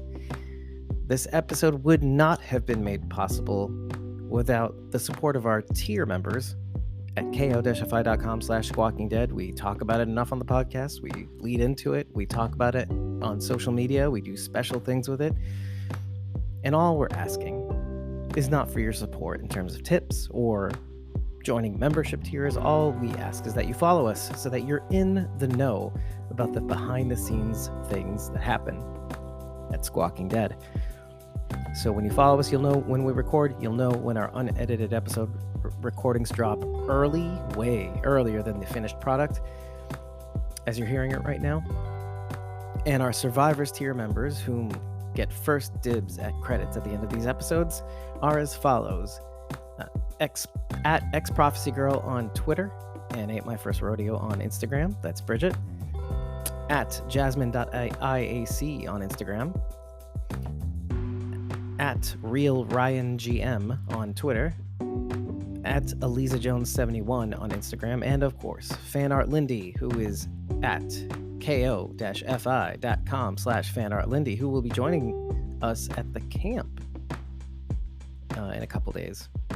And we'll be meeting her for the first time. And if you haven't seen or heard it already, you can watch our TWD Family Branches segment, an interview that we do with fellow TWD family members who have influence in the community and who make up our lovely TWD family, our little cousins in the family tree.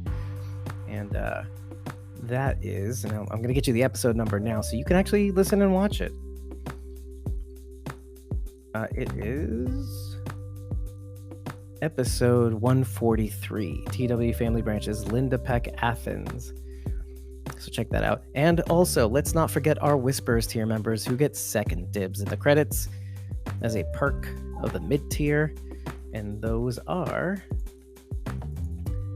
J13 Voorhees on Instagram and Twitter, at Tyler Phillip Cox on Instagram and Twitter, Sandy.D.Morrison on Facebook, at FrostedAngel67 on Twitter, at Aiden the Raven on Twitter, and at Judith.Morton on Instagram. Thank you so much, all of you in the credits who support us monthly and keep this ship straight. And you could be one of those members too if you know what to do. I'm not going to bother with that. And of course, if you've reached this far and you haven't rated us at ratethispodcast.com/squawkingdead, consider it, because it really, really helps with our visibility. It really helps join the family together. If you may not think so, but it does. And if you rate us, we will put your rating on social media. Just leave your socials in the rating and I will take care of the rest. I've been your host, David Cameo, and I was joined by Cosmom09 Rachel Burt and Sharon D, aka Blazy Gardner. and I cannot wait to break down the next episode with you. It's already broken down already.